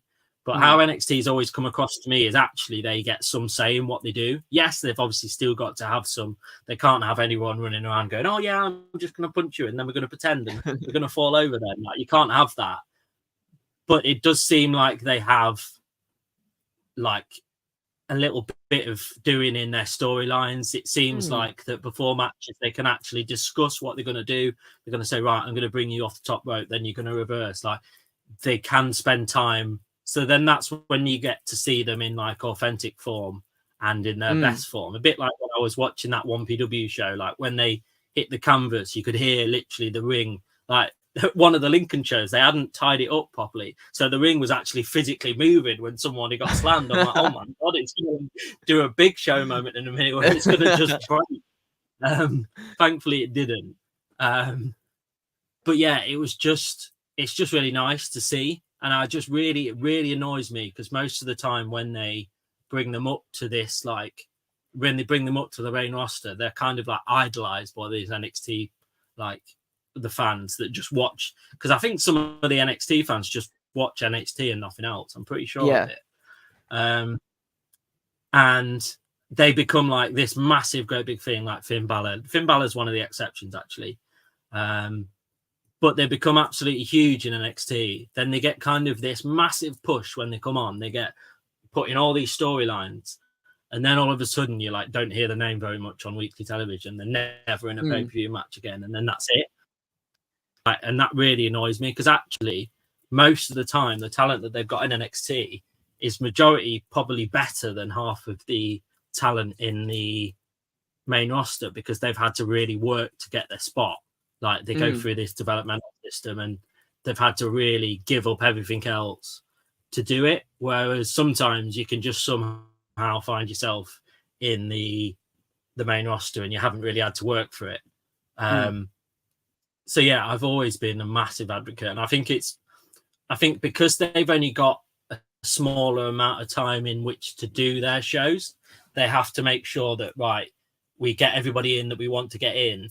And then we have wrestling matches that make people want to watch it. Else, because of how big Raw and SmackDown are, we're just going to fall into the background if we don't. So I think they've always done a good job of that. And then the other one was there's a guy that's just been signed to TNA on a permanent contract that I got to see a lot of through 1PW. His name's Leon Slater. Yes. He is unbelievable. Like, I have never seen someone that talented. He's like 18 or 19 or something ridiculous.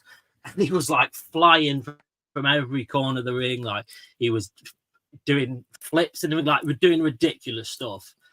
And I looked at all my friends that we used to go to and I said, there's no way that in a couple of years or in a couple of months' time that somebody isn't going to have given a professional contract.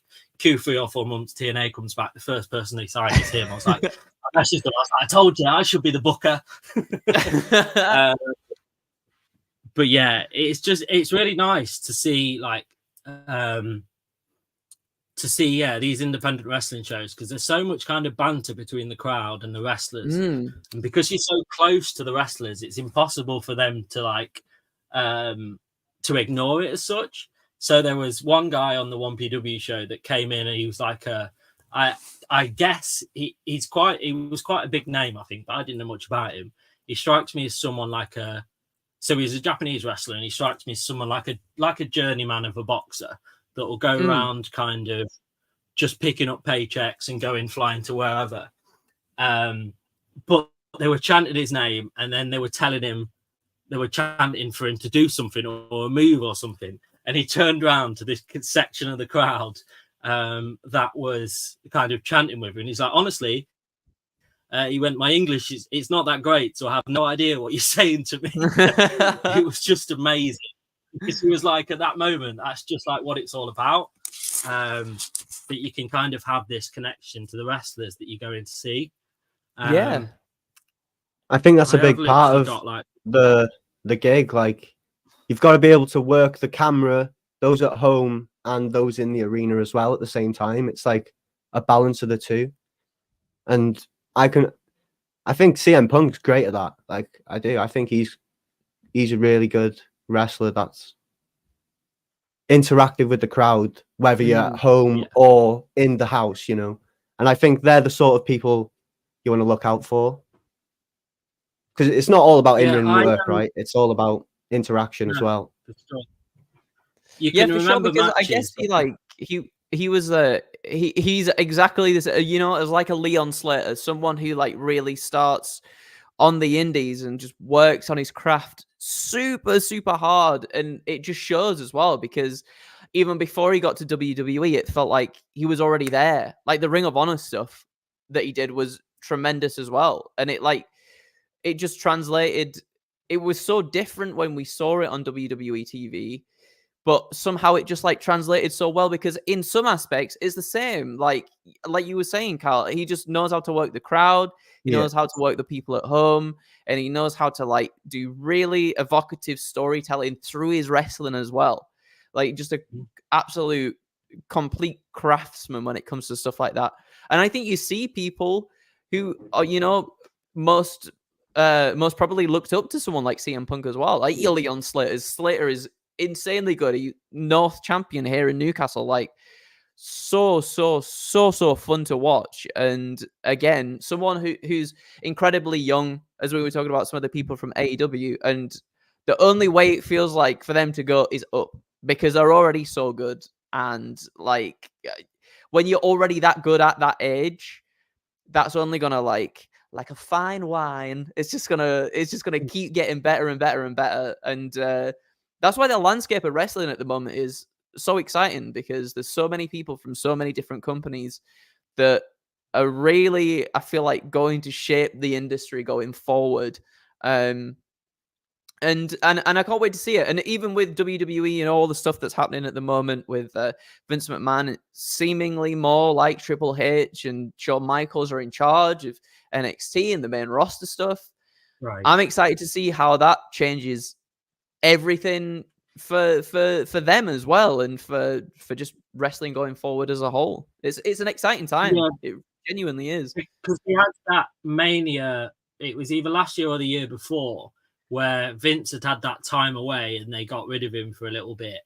And apparently it was Triple H's doing to that WrestleMania, and that was one of the best ones that we'd seen in like X amount of time. So actually it got me really excited, because I think they know.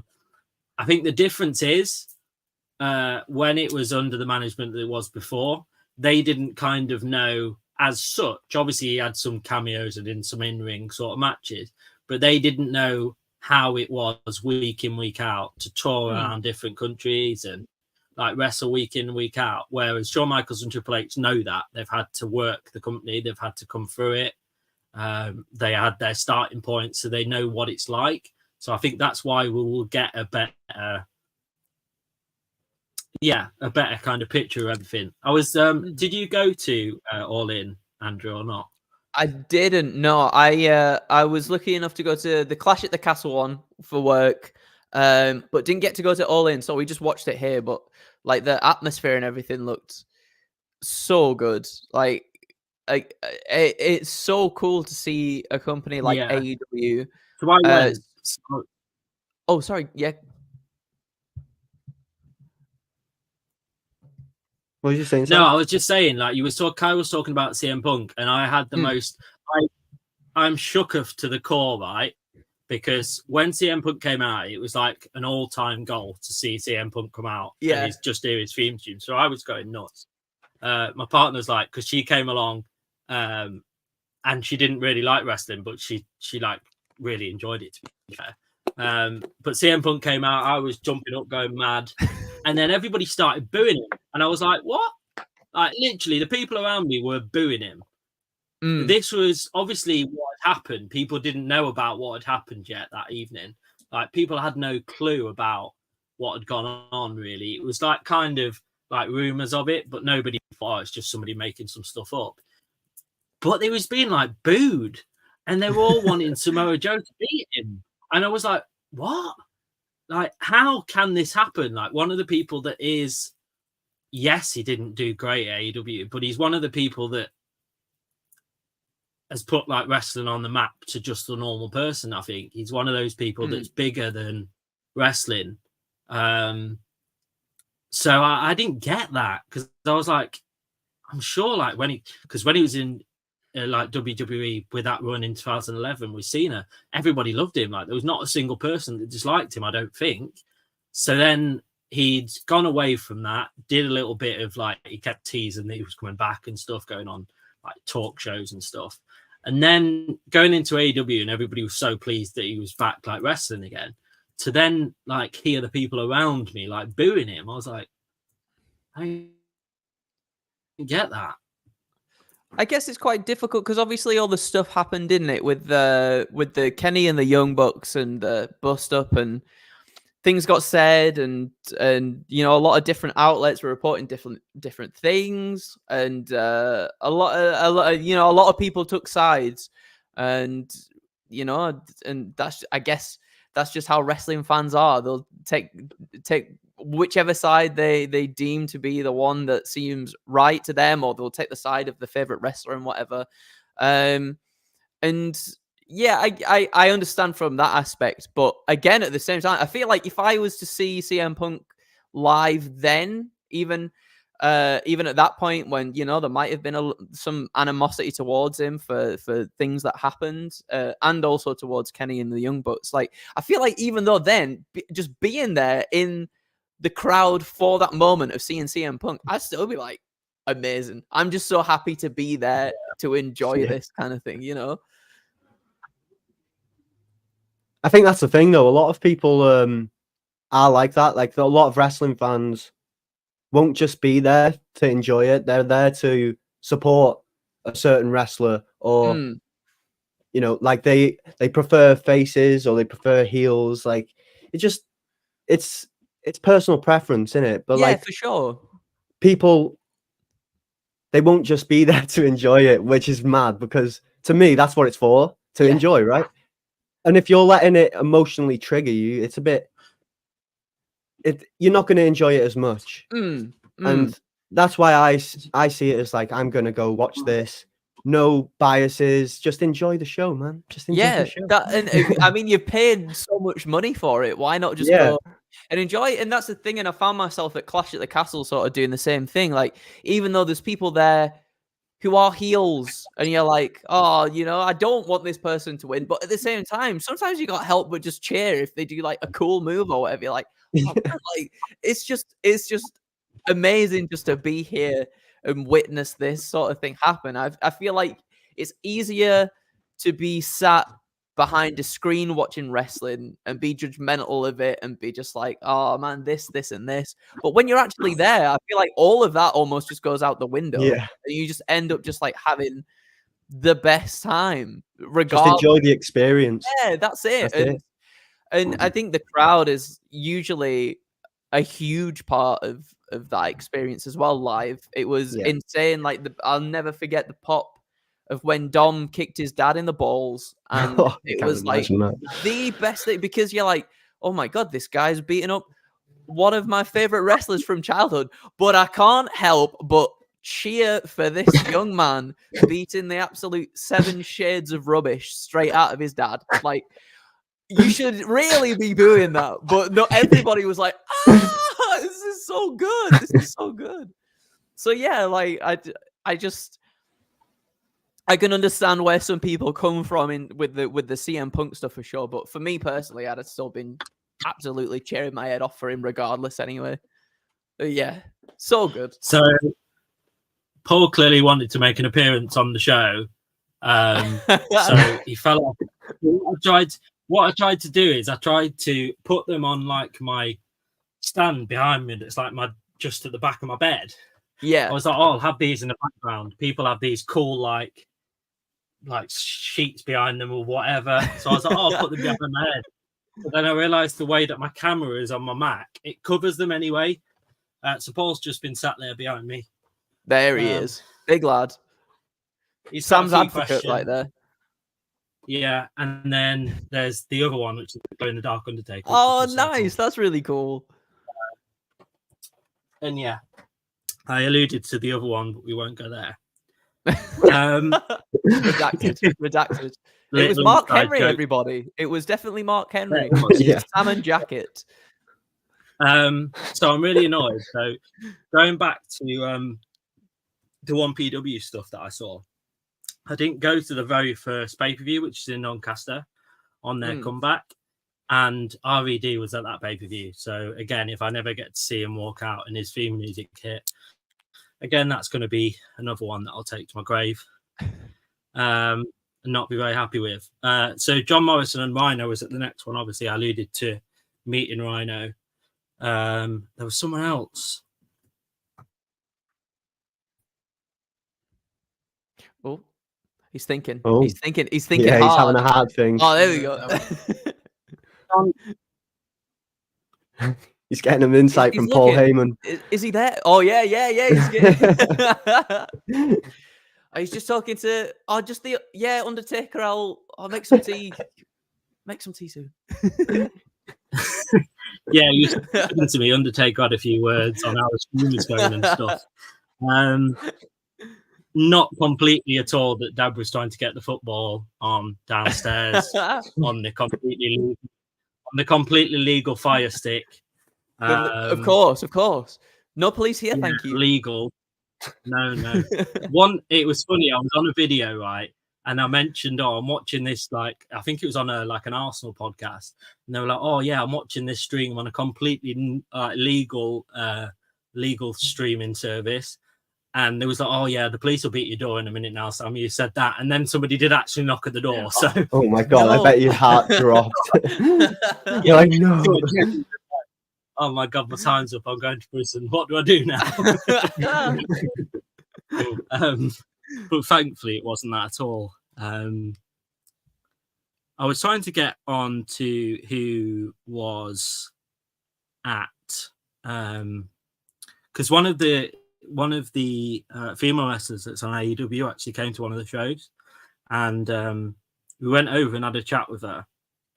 Wasn't it Jamie Hayter? Was Jamie Hayter there? No. I know she was at one.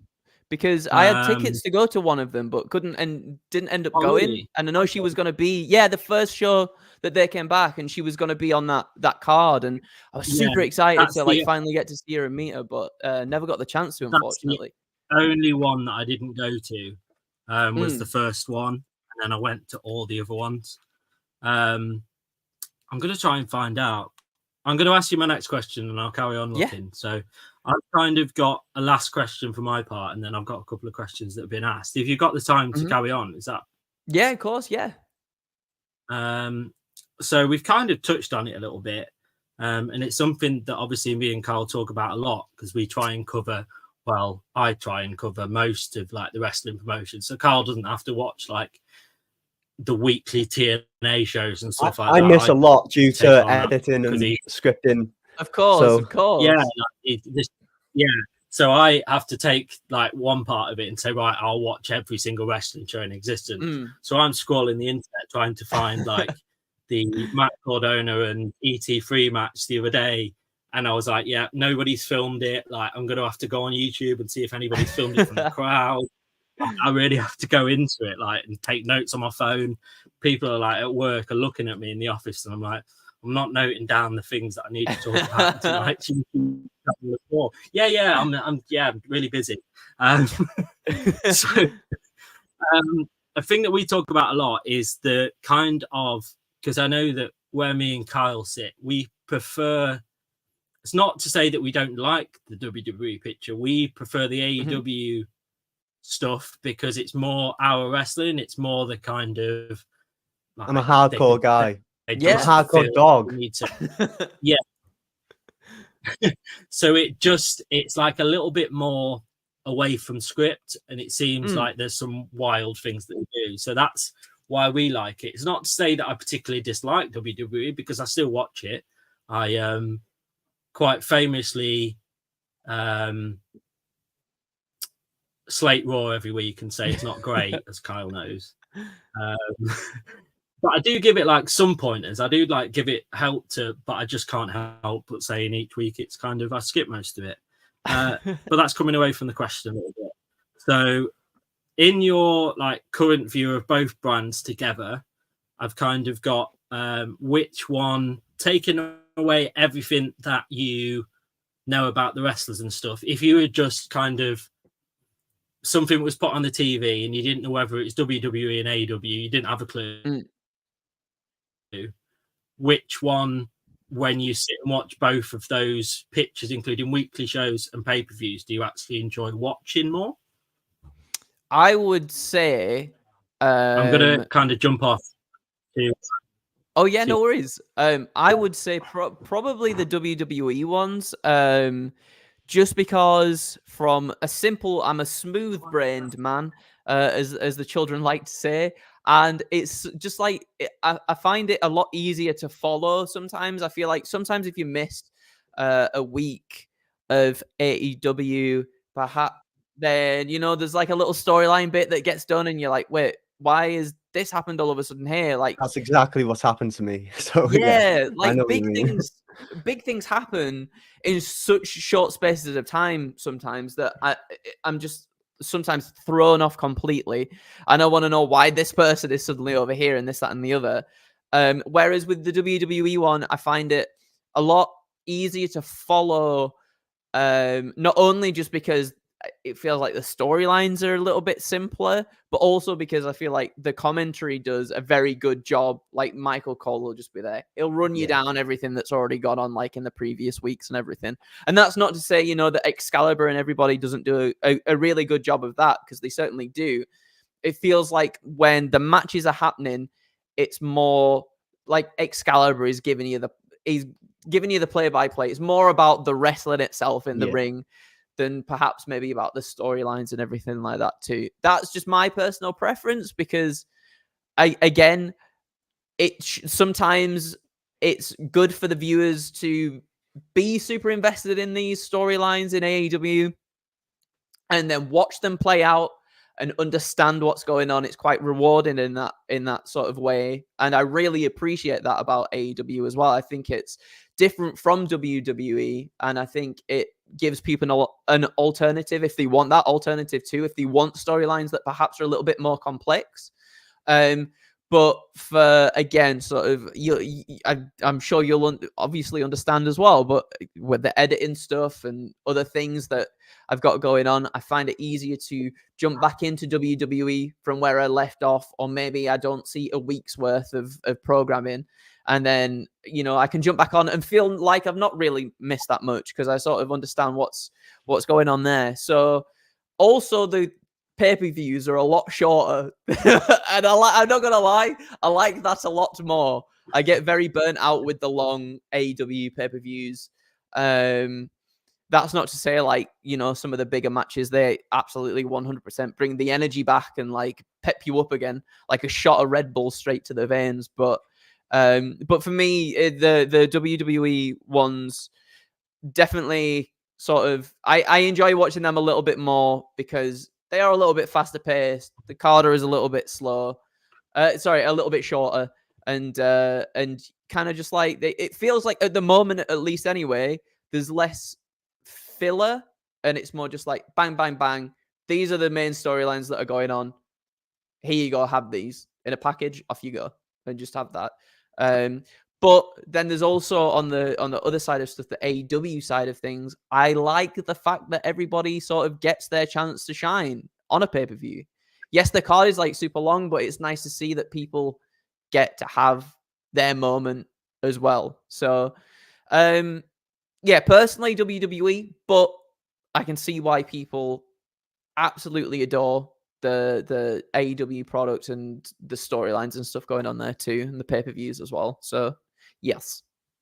I think the AEW brand certainly helped you, Kyle, in coming back into wrestling. Yeah, definitely. I mentioned to you, which one was I mentioning? It's Wrestle Dream. Wrestle Dream. Yeah, that was one. It was actually really good. I enjoyed that. It was really good. Yeah. One of the first ones that you watched, like all the way through, didn't you? Because I remember you telling me. Yeah, for a while. Like before that, I think the last one I watched, what was it? Honestly, I don't know, but it was a while before that. Yeah, a long time before that. So I just said it's probably better for you to come into it, because WWE is still kind of like, I sound like I'm slating them again, but I'm not. It's very kind of still like gimmicky. It still kind of caters a lot of the time to the younger audience, which they have to do because that's where their merch comes from most of the time, their sales and stuff. So it's still very much kind of, it's kind of a risk, me telling Kyle to go, right, you watch everything that WWE does, because 90% of the time, probably this challenge wouldn't have come about, because Kyle would have gone, yeah, I can kind of get into it. But for me, it's not kind of the things that I would like. So that's why I said, right, watch AEW. I was like, grasping onto this, please give me a channel to like speak about wrestling. So I don't have to talk about the bedroom. Like, please watch AEW, be absolutely fine. And I was kind of safe in that because I know that they work really hard at making sure that every match on that pay-per-view has something. I think WWE have a tendency to focus on their like main events, and the rest of the card kind of, they try and make it so that their main event is the best one, which is a great model of doing it. But I think with AEW, they don't actually care if one of the matches beforehand actually is better than that main event. Because in order to stand up against WWE and have any sort of say, they've got to make their product like as perfect as they can make it. Because the WWE is this multi-billion-dollar company that if all the other pay-per-view, like if all the other wrestling brands in the whole entire world all came together and put on this like mega show, I still don't think they'd have the power to take over what WWE has got, because they wouldn't have the amount of people that would watch it still as what you would have. Because I think it must be very hard for like the younger fans to not just watch WWE all the time. I think they've got access to the other like brands now. Like even to, like Progress have got their own like streaming channel now, which I've managed to watch loads of them and stuff like that. So there is access to the other brands, but I think it's still not as easy to get to them. So you're going to turn on Sky Sports, or not Sky Sports anymore, like eSports or TNT Sports, whatever you want to call it. They've got the wrestling on. Like you can get the network. Like AEW don't have that side of it. They've just got the fans that like something different. So I do think it's but I am really pleased, because I was telling Kyle as well, we're both going to go to All In, and there's actually a Progress show the day after. So the All In's on Sunday, and then there's a Progress show on the day after, which is the Monday. So I've said we're gonna have to like try. We're gonna have to look at hotels now, because they're gonna go like mad. They'll go so fast, So we're gonna have a look at that and try and go to both, because it will give us like the experience, or give Kyle anyway the experience of like that massive show that was just unbelievable last year. Like I stood there in the crowd and I thought, I didn't know this many wrestling fans existed, especially not in the UK. But then it will give you like, it will bring you back down to earth a little bit, and then go to that Progress show, which still they look absolutely amazing to go to. They do. Because like when I was watching the on-demand type stuff, you could just hear the crowd the whole time, and the interaction between like the ring announcers and the wrestlers, like it just looks so much fun. So yeah, we're gonna have to do that. So I'm gonna quickly go to Kyle. Have you got any questions? I've kind of away with all the questions and not kind of let you have an opportunity. Well, during my research yesterday, I did see that you were featured in Forbes, I thought that was pretty interesting. I thought I'd ask you about that, see what that was like. That was kind of crazy. It was through the Twitch stuff. So it was like during the height of the pandemic, and Twitch was kind of like the outlet for us to do something away from wrestling and just sort of enjoy ourselves and that. And just that article was really sweet. They were like, they said some really, really nice things, and it felt really special at that moment, because we were kind of, again, we're sort of left to our own devices, and we all do our own little different things. Like Adam was doing magnet fishing. We did like a geocaching thing, which was really fun. Sometimes I just do flips on the sofa. And sometimes we play Crash Bandicoot, and Jack and Owen would do like the Football Manager stuff, and Sam would play Marbles or Farm Simulator or Train Simulator, Truck Simulator, whatever. And it just felt like Adam had done an amazing job during lockdown. He did the Pachiti Mania stuff and was like pretty much streaming every single day. And it felt nice to sort of be it felt really nice in terms of like it being acknowledged for doing something that we just would probably do in our own time anyway, if we had the equipment at home to be able to do so. So to be on the website and an article written and stuff, it was surreal. It was like, Mum, I've made it. Look, he says I do flips on sofa. Hey, that's good. That she has no idea what Forbes is, and I'm like, oh yeah, it's all right. That so it was very, very cool and very, very nice of him to even entertain such strangeness from each stream. So very appreciative of that. Yeah, it was cool. It was really cool. I believe we got some questions from Devon as well. Have we, Sam? You got them? So so in our little chat, he put a couple of questions to you. So he said, first of all, in the comments, your like favorite faction. I'm guessing he means like, I don't know whether he means currently or all time. I'm guessing he means all time. Oh, that's a great question. The Dawg World Order. That's the one.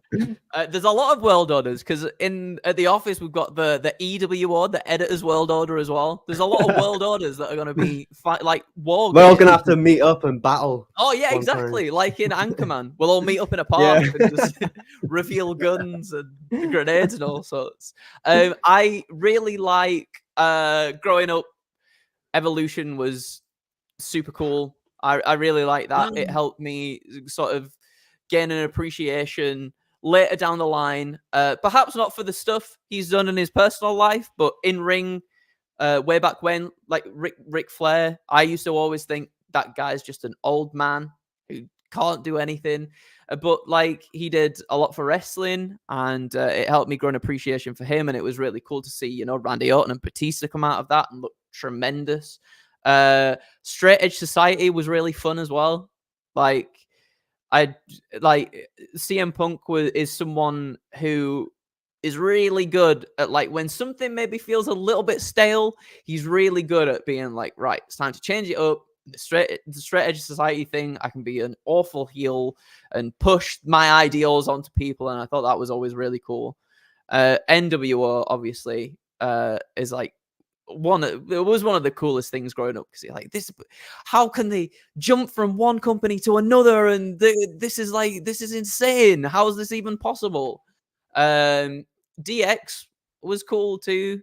Nation of Domination, there's a lot currently, or I guess more recently, British Strong Style was one of my favorites as well. Their stuff in Progress was phenomenal, as well as Imperium too. Like, there's so many good factions now, and a lot of them have history from the indies and from Progress and all these different places that, when they bring them together on either AEW or WWE or wherever, it's always a good time. So I think now is like the perfect time for factions and for like more, as we had back in the old sort of Attitude Era days, like the gang warfare stuff,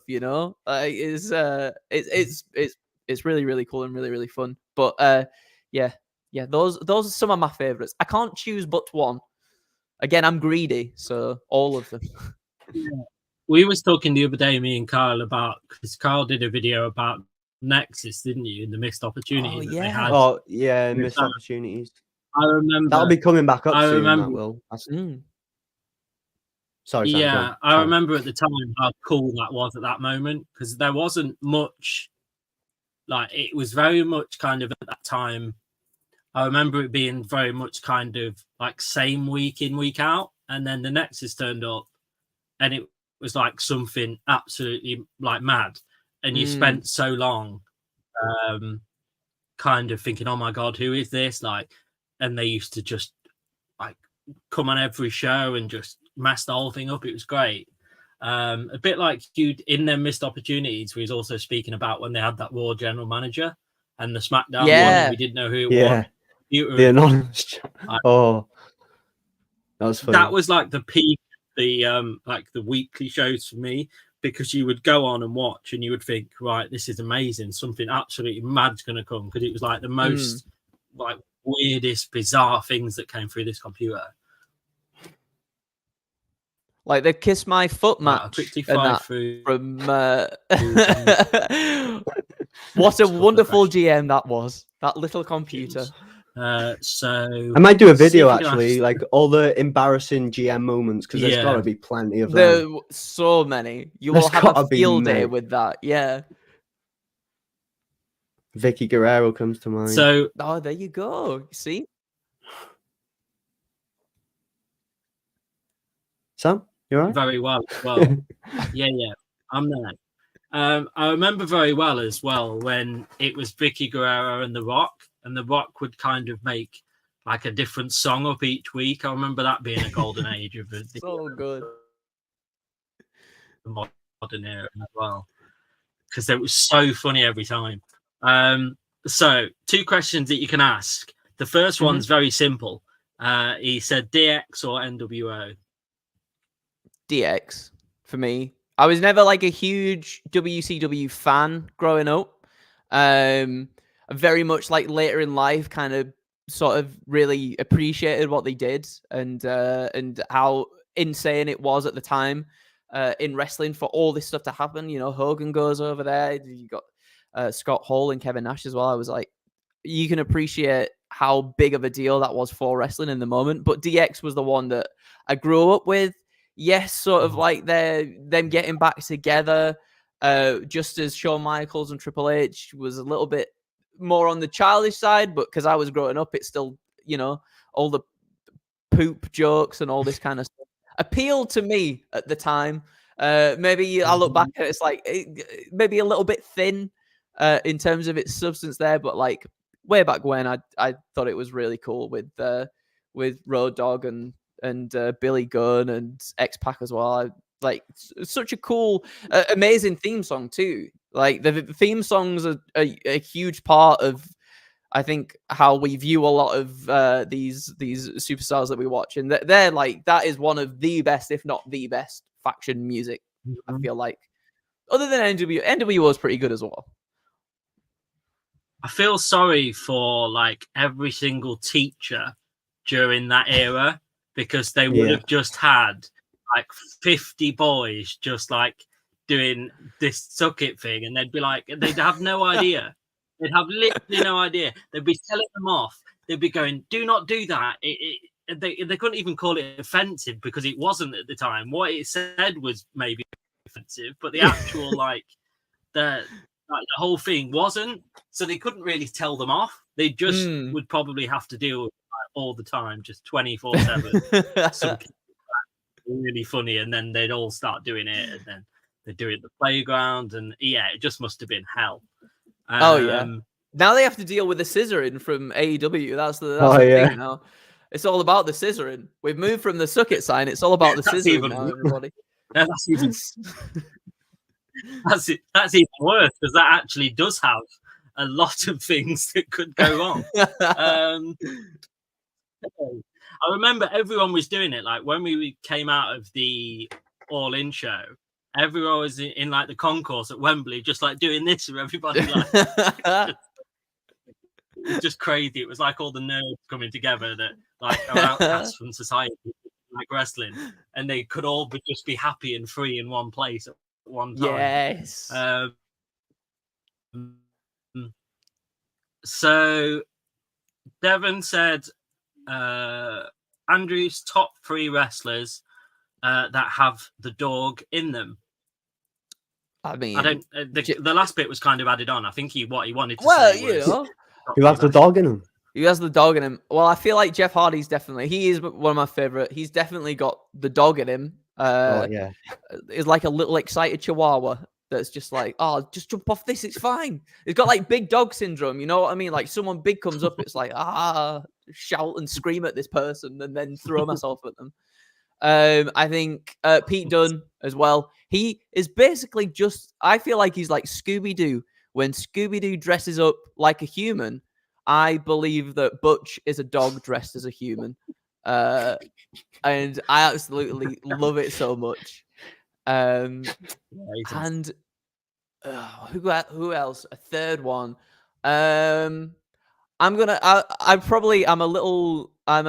little simple person, and I'm gonna say Cody Rhodes. And Cody, the kind of dog that Cody Rhodes has inside of him is, again, like a labradoodle or something that's like, it's calm. Well, no, so it's not. Sorry, it's well tempered, but it gets excited. It is like shaking like mad when something's going on. And then also, if you disrespect his parents / his dad, that's when he gets defensive and starts trying to bite you.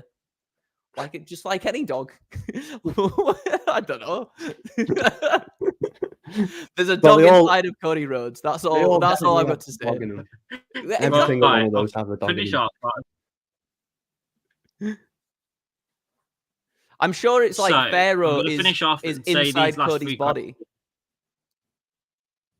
Sorry, Sam. I think you delayed there. Oh, sorry, mate. I think there's a bit of delay. No, it's all good. My liking it. I was going to invite Devon onto the stream, but I was like, I can't risk it because it's not doing very well with 3, so I can't risk a 4. Else we won't have a show at all.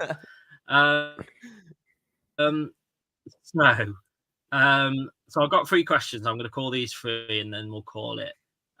So 1 Hour Buzz has got a question: what's next for Austin Fury? Fury? Austin Fury's turned into a boxer now. He's turned into one of the Furies. Yeah, a gimmick change, perhaps. What's next for Austin Theory is a good shout, because I feel like he's already been given quite a lot of opportunities and hasn't necessarily lived up to the hype that perhaps WWE was trying to sort of push onto people at that specific sort of moment in time. It's mental to think he's already, he's had the Money in the Bank briefcase. I completely forgot about that for the longest time. He's had the United States Championship, and there was a little glimmer of hope for a moment when he was kind of out of the shadow, sort of out of the way of the Vince McMahon stuff, and it felt like we were kind of getting back on a roll with Austin Theory. Then he won the title back, and then nothing really came of it, and it was just all a bit naff. I think the stuff that he's doing at the moment with Grayson Waller is really good, and I would like to think that perhaps when the tag team titles get split apart, there'll be a really good tag team together on SmackDown. And then hopefully, if those two do eventually sort of break apart, you've got, I think, the perfect opportunity for Grayson Waller to showcase what he can do, because he's a fantastic heel. And Austin Theory is a great heel, but I've seen so many things of him outside of wrestling where he's literally interacting with fans and he seems like the nicest guy. And he feels more natural in that role, which is weird to think for Theory, when for the longest time we've kind of just thought of him as a heel because that's how he's been presented on the main roster. So I think maybe like some sort of natural face turn for Theory would be good to show as a different side of him. And hopefully that against sort of just like a despicable Grayson Waller could do wonders. But then at the same time, I would also be worried that Grayson Waller would just completely outshine Theory. So it's a good question. I'm not too sure just yet. And I don't know if WWE necessarily know either yet. But fingers crossed we get somewhere with him at least anyway. I think they've got an awful lot of wrestlers that they don't know really where to put them in the card. They've got I think it's a bit like AEW have that problem as well. I think because they've got so much, both got so much talent now, it's kind of hard to fit them all into meaningful storylines without making one story worse than the next. I think that's a problem that both AEW and WWE have at the moment. Yeah. So Devon managed to tune in for his questions that were asked, so I'm pleased about that. He's put DX as my favorite, Evolution's my second. Yes. The 4-man DX is my favorite. It was so cool to me as a child. So also want to thank 1 Hour Buzz for sending that question in and for tuning in. It still blows my mind that people want to watch this, to be honest. Obviously, Just they 'cause you want to guys are watch it good. because you're a special guest. No, wait, no, But I mean, no, in no, general that's not terms, what it is. But you like is you guys are doing what you guys do, and people will tune in. You just gotta believe in yourselves. That's what it is, and you have been doing because you've had the views on the videos and stuff, man. I think I've just got to play into this gimmick of like humble person all the time. Then no, I actually am. It still blows my mind that I'm just going to do like a heel turn now and just. No, it still just blows my mind that people want to sit and watch me and Kyle talking in our bedrooms about wrestling. Like it'll never get done. So I've got a couple of really interesting questions from Matthew Rodriguez. Sorry I'm late. There's always a watch back feature on YouTube that's really, really good. I would highly recommend going back to the start of this video and every video that we've ever done. No, I'm joking. No, you're not joking. I agree. So he's put, sorry I'm late, but I have a question. If Gunther and Ilya Dragunov happens, would you like it to be at WrestleMania or Bash in Berlin? Oh, that's a great question too, because sort of with the crowd in Europe and how well I think a lot of them know Ilya Dragunov and Gunther from obviously like the WXW stuff, I feel like that would be a huge banger of a match to have there. However, with sort of just the grand spectacle of WrestleMania, I think that would be an amazing opportunity for Ilya Dragunov to have that moment, and perhaps maybe, if he was booked to beat Gunther, I think that would be a huge thing for him. But I feel like crowd reaction might not necessarily be all there for Ilya Dragunov. So I would maybe save that for Bash in Berlin. I always thought that maybe like Ludwig Kaiser and Giovanni Vinci might either go after the tag titles at Bash in Berlin and win them in like a really cool triumphant moment. Or maybe Ludwig go after Gunther for the championship at Bash in Berlin as well. But I think Gunther and Ilya Dragunov probably in Berlin. I think Berlin because I think the crowd would be absolutely off the rails for it. And then, who's to say that Gunther and Ilya can't have another match down the line at a WrestleMania? So when the crowd are maybe a little bit more familiar, the main roster crowd at least a little bit more familiar with Ilya Dragunov down the line. Yeah, I was going to say that because while you were answering that question, I was thinking, it'd be great for both of those people that started and had that journey to have this massive match at WrestleMania. But then actually, when we got to the end of that question, you said, well, it's going to happen and it might happen in the future, which it kind of makes sense then because, I think they're just both somebody that's been on this journey through wrestling and have got to where they are now. So, I think that's, and both still obviously young wrestlers. They're both still got a lot of time before they consider anything else. So, Matthew's coming in with all these amazing questions.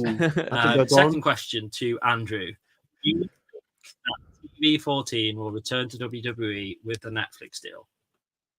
I think that I think with the sort of that's a really good question actually, because I feel like with the sort of current way WWE is being managed and the way that they're sort of like blending between almost, I say they're not really blending between the two, but like they're very much still focused on obviously appealing to a mass wide audience. And I think now, obviously, before we would be very much like, oh my God, where's all this stuff got in my wrestling? However, now we have the alternative of AEW on TV as well. I think we'll probably stick to where we are with WWE when they do eventually go to Netflix. I think they'll probably still very much still be in the realm of where they are now. That's not to say that maybe they don't pepper in things every now and then that are a little bit more like, oh my God, that's insane. Like we see it with sometimes with like the matches and the NXT shows Like Dijak is always in some sort of match that is like absolutely bonkers, and he'll have his finger that's like all dislocated and weird, and everything, and like I think there's still room for us to have more extreme matches, but not obviously like all the blood and stuff. I think we've seen WWE sort of blend the two of those things quite well over the years, and now I think with the sort of direction and the management that they've got, they can still pull that off perfectly without perhaps going too over the top and alienating, you know, the wider audience that maybe they want to sort of still focus on and bring in. And I think with Netflix and the amount of people who have Netflix and family accounts and accounts for their kids and everything as well, I think they'll probably want to stick with the rating that they've got now, but not, you know, still be able to sort of pepper things in here and there where they do sort of deem necessary storyline wise. But I think now that we've got the alternative in AEW, there's definitely less of a chance that we'll see them stray away from the rating that they've got now.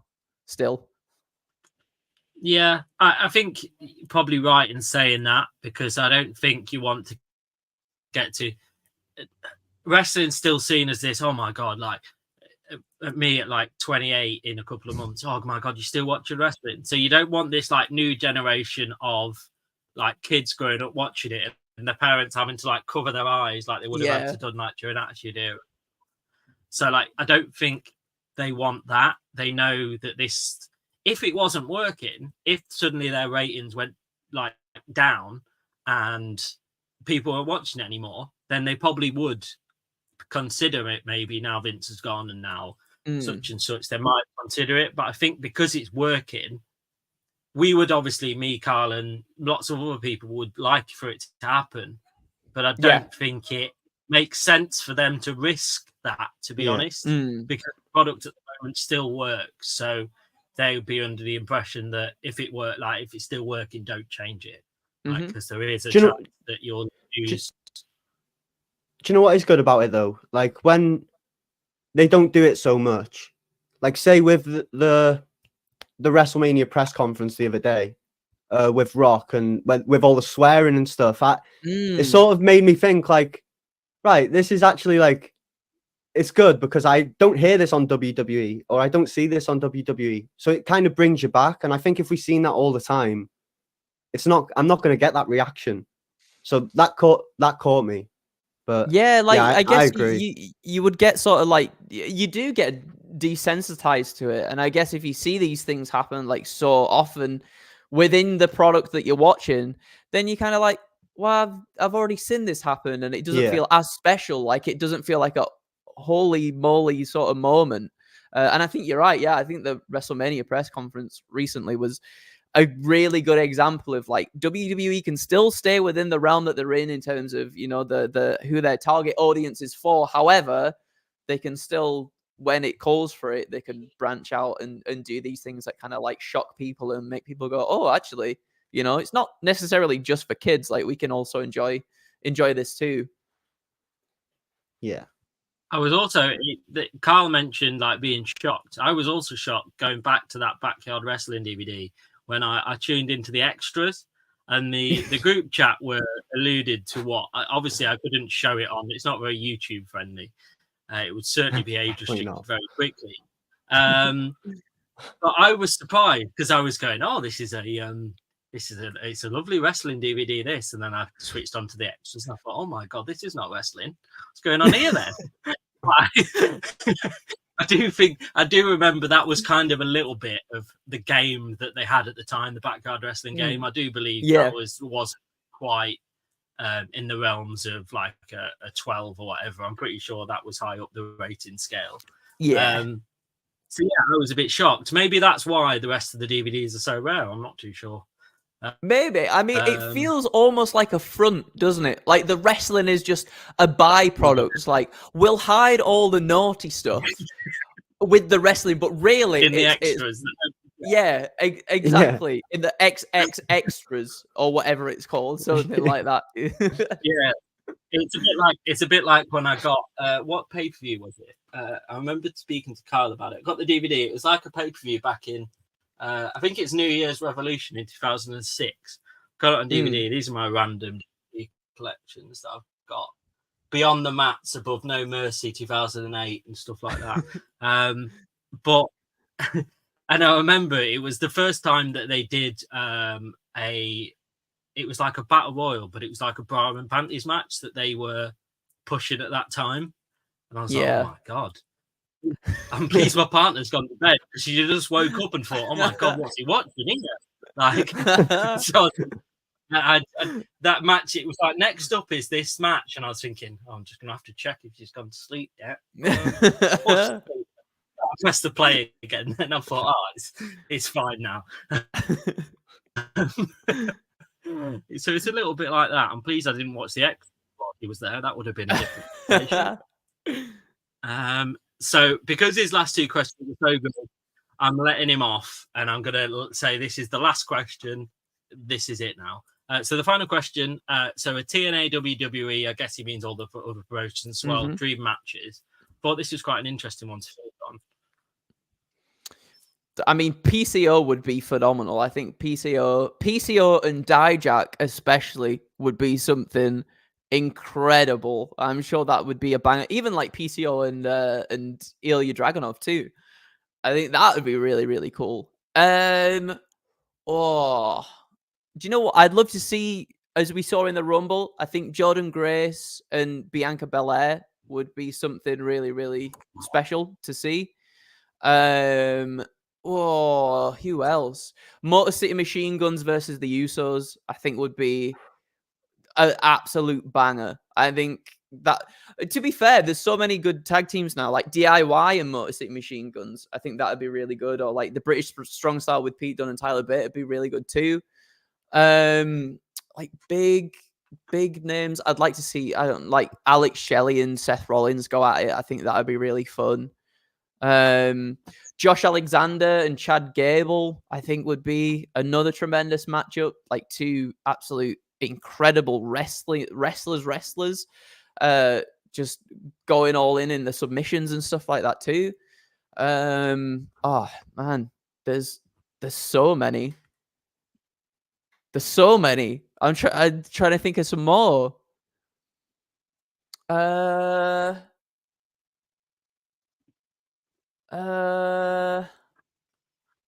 If Kurt Angle was still young, Josh Alexander and Kurt Angle would have been really good to see as well. I think that would have been an amazing match. Yeah, a lot. Just any good tag team versus Motor City Machine Guns for me is probably the one that I would like to see the most. Definitely the Usos versus Motor City Machine Guns for sure. So, to question earlier on when I said that somebody that wrestles in AEW, I got the autograph of. So Ruby Soho in the middle. Nice, that's really cool. So cool. It was so cool because he was just sat at the end, and my friend was like, "Oh, I'll like because she's really big, I'll pay for the autographs like that she wants, and we'll just get it signed." But then he tried his card, and she's like, "Oh yeah, for some reason, it doesn't like Barclays cards," and I was like, "Oh, we're going to a winner here then." And she went, "Oh, I'll sign it anyway because obviously, like, I appreciate you even coming across to like talk to me." She couldn't have been nicer. And that's what we found with all the wrestlers that, like all the wrestlers that we spoke to. Lance Archer was in there. Bobby Fish. Nice.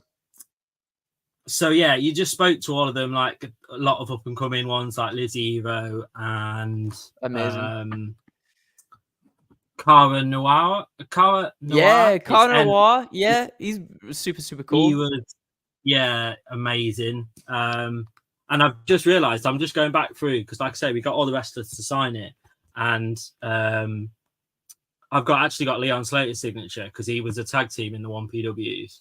Nice. And they used to come out. It used to be Ace because they used to come out rapping. Because the wrestler that he was with, Man Like Doris, used to come out and rap. And so then Yeah, and then he used to get the crowd, like they were so good with the crowd, and they were both like incredible wrestlers. So yeah, that was that. And then finally, have I shown you this, Carl? This is when I went through my vintage stage again. I found this, and it was a magazine. I had that. They Yeah. I don't think you've for shown me that. ECW. Haven't you? It says printed in the No. USA, so I feel a bit special. It's someone that had obviously kept this, like, and it's in like unbelievable condition. You can even buy like the ECW chains from the front of it. And it was like cool. back in the day when you had to like order it from the magazine and you used to send it in the post. That's our way back. This figures. I love old brought school like stuff like that. I do. Yeah, it's so cool. You brought back so many memories because I had that exact magazine as well. And like, I wish I kept them all. I gave them all to my cousin because when I was getting out of wrestling, I was like, oh, I'll probably never get back into wrestling anyway. And then I gave all my wrestling stuff to my cousin. And I don't know whether he still got it or not. But oh my God. Yeah. I genuinely wish I kept it all now because it's literally just a treasure trove of nostalgia at this point. But I was silly. I was silly and I gave it away. Mentioned about I had like the first ever DVD. One of the first ever DVDs I bought was a WrestleMania, and it came in like a tin box. It was like the special edition, and I got it from Woolworths back in the day. Yes. And I come home and I watched it, and it's got like loads of different stuff in the box. It's like a special edition, and I gave it away to my friend to really treat it for what it should have been. Because at the time, when you're in secondary school, you just sell everything and just give it away. Yeah. And I thought the other day, I'm going to have to find that because that was like one of the first DVDs I've ever got. And it's not really good having this whole collection and then realizing, oh yeah, you haven't got like the one that you first started off with. So it was that and a box set with Edge where it just didn't have any documentary. It just had the matches. Nice. But then, like, since then, I've got, like, there's some really good ones, like, that I'm really pleased that I've got. Like, I've got there's an Eddie Guerrero documentary that WWE did. There was a Chris Benoit documentary. I've got that. There's an NWO one that's called Back in Black. That's really old. There's a Rock one. Yeah, so I've got quite a lot. I blame my vintage because that brought my love for the wrestling DVDs, and then with it being like the last year that they ever released them, I was like, I'm gonna have to get like every single one from the last year. I've even gone down to like the UK classics, the best of. There's a Cody Rhodes just matches, Christmas classics. That's probably one I'll never watch. Nice. And then I had to get the last one. So how cool is this? So they did all the pay-per-views from the year. And then the very last one of that year, which was it's a good job I've got it here. The Survivor Series, the War Games. Yeah. The last release was Crown Jewel. So they didn't actually do that and finish like the whole year of pay-per-views off. So I had to actually import that from America. Oh, wow. Yeah, because I couldn't have every single pay-per-view of 2023 and every release and then not have the last one. So that's the last DVD that was ever released. That is WWE. Like, wow, that's awesome. Luckily, I didn't have to buy it from like a WWE store.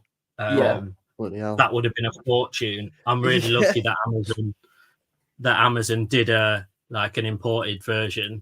It came from America, but they handled the shipping and stuff, so it didn't actually cost that much. That's good. So I think they obviously saw that there was lots of people wanting to like complete the wrestling pay-per-views of that year. So I think they came up on that, thank God, because that would have been a fortune. But it's got a dodgy case. It's got a really dodgy case. It's just not made to the like charm, the character. Yeah. It's not made like the other ones. But there we are. Right, I'm going to... Lee said that he loved the show. Bless him. Great job. I don't know about you, Carl. I don't think I've had 2 hours and 34 minutes of my life ever go so fast. No, I'd agree. Other than being scared by the Undertaker when I had a power cut. When you're as powerful as you, Kyle, I mean, he's always got to show up. You know what I mean? Well, you're right there. You are right Because I there. summoned him. It was because I summoned him, you see. That was the problem. He was sat behind me and he thought, I'm going to have to make my mark on this show. So I'm going to turn Kyle's power off. So that was that. And I'm going to end on this comment with Devon saying that Andrew is now officially one of the big dogs. Oh, well, thank you again. Before we shut off, I wanted to kind of, obviously they know this is a pretty, people are going to know where you are and like what your social medias are and stuff. But obviously I still want to give you the opportunity to kind of tell everyone, just in case they'd been living under a rock for the last, I don't know how many years that Cultaholic's been going. Well, thank you very much. So, I'm Andrew, and you can follow me on the Cultaholic channel. That's Cultaholic Wrestling on YouTube. You can find us on Instagram and Twitter and Facebook and TikTok, which is a thing I don't understand. And you can follow me, that Andrew John, on Instagram. And that's about it. We just do the weekly wrestling videos coming out every day. And you can catch us there and chat about some wrestling if you're not already, enthralled and just invested in what the Wrestle Dogs are doing, because the Wrestle Dogs are doing some really good stuff right now. So the dogs do have the dog in them. The dogs Wait, do what? have the dog in them. The wrestle in them. And I Wait, personally, if I had not seen Cultaholic, I would be staying well within the kennel of the Wrestle Dogs. That's my 2 pence right there. I'm telling you. I'm banking that sort of last minute. I'm going to bank in my memory, and that's going to stay there forever. Because I never thought I would have something saying on my chat, like on a channel that me and Kyle run, promoting Cultaholic, one of the biggest channels. Like, it's just, I don't know. I'm never going to get over that. I'm going to be up all night just thinking about that. Like, I really appreciate you asking me just to come on and chat. It's been genuinely really, really nice. It's just always nice to chat with people who just like wrestling and enjoy wrestling. And I don't think it matters about channel numbers, this, that, and the other, whatever. Like, it's just, I think wrestling it's a good way to just bring people together to chat about the thing they like. And I just genuinely really appreciate you having me. So thank you very much to both of you. Well, thank you for being on. Thank you. Yeah, it's just like I say, just before, like, I'm going to shut off in a second, but it's like when I was talking to Kyle and when I was talking to Lee before Kyle came on, it's just crazy how it goes full circle sometimes, and you just kind of start watching Cultaholic from, like, I don't know, like years ago, and you just sit watching it, and then it's just funny how you put yourself in this moment and it's kind of come full circle. It's just nuts sometimes, like it just really is. So on that note, before I start like crying tears or something and getting emotional, I'm gonna cut the stream off. Thank you everyone for tuning in. Like, this podcast, I can't even, I suppose it can call it that, kind of. We've seen like the most like viewers that have stayed on like to watch the whole thing. Like, normally 2 hours and 38 minutes. Somebody is just gonna, I don't think I'd sit there and watch 2 hours and 38 minutes or something. So I think for the people that have, like, we really appreciate you coming on. We were just excited as tonight as for everybody else that has obviously tuned in. It was me and Kyle were speaking before, and I was just like, I'm nervous and excited all at the same time. So I was pacing downstairs just back into. I was like thinking, right, what am I going to say? It's the same for me, because I never know. I'm always nervous and excited about these things. So I'm glad that we're all nervous and excited together. Yes. I spoke to my partner. I was like, do you know, like when you've got to go and do something that's really important, like an interview or something? I'm getting them kind of same feelings. And she's like, no need for them feelings. Yeah, well, I mean, she's right. At the end of the day, you know, we're literally everybody is the same at the end of the day, and we just all enjoy this thing called wrestling. Just men and ladies, you know, knocking about in their undies and tights, just knocking seven balls out of each other, and like what the, you Yeah, know, we're all the same. So yeah, no, it's just a pleasure. It's been an absolute pleasure. So again, thank you very, very much. Yeah, appreciate your time massively. Okay. I don't know whether we'll be back on Thursday or not, because I think it's going to take a few days for me to recover. So you'll now see us when you next see us, or yeah. Okay. On that note, bye everyone. End of the stream.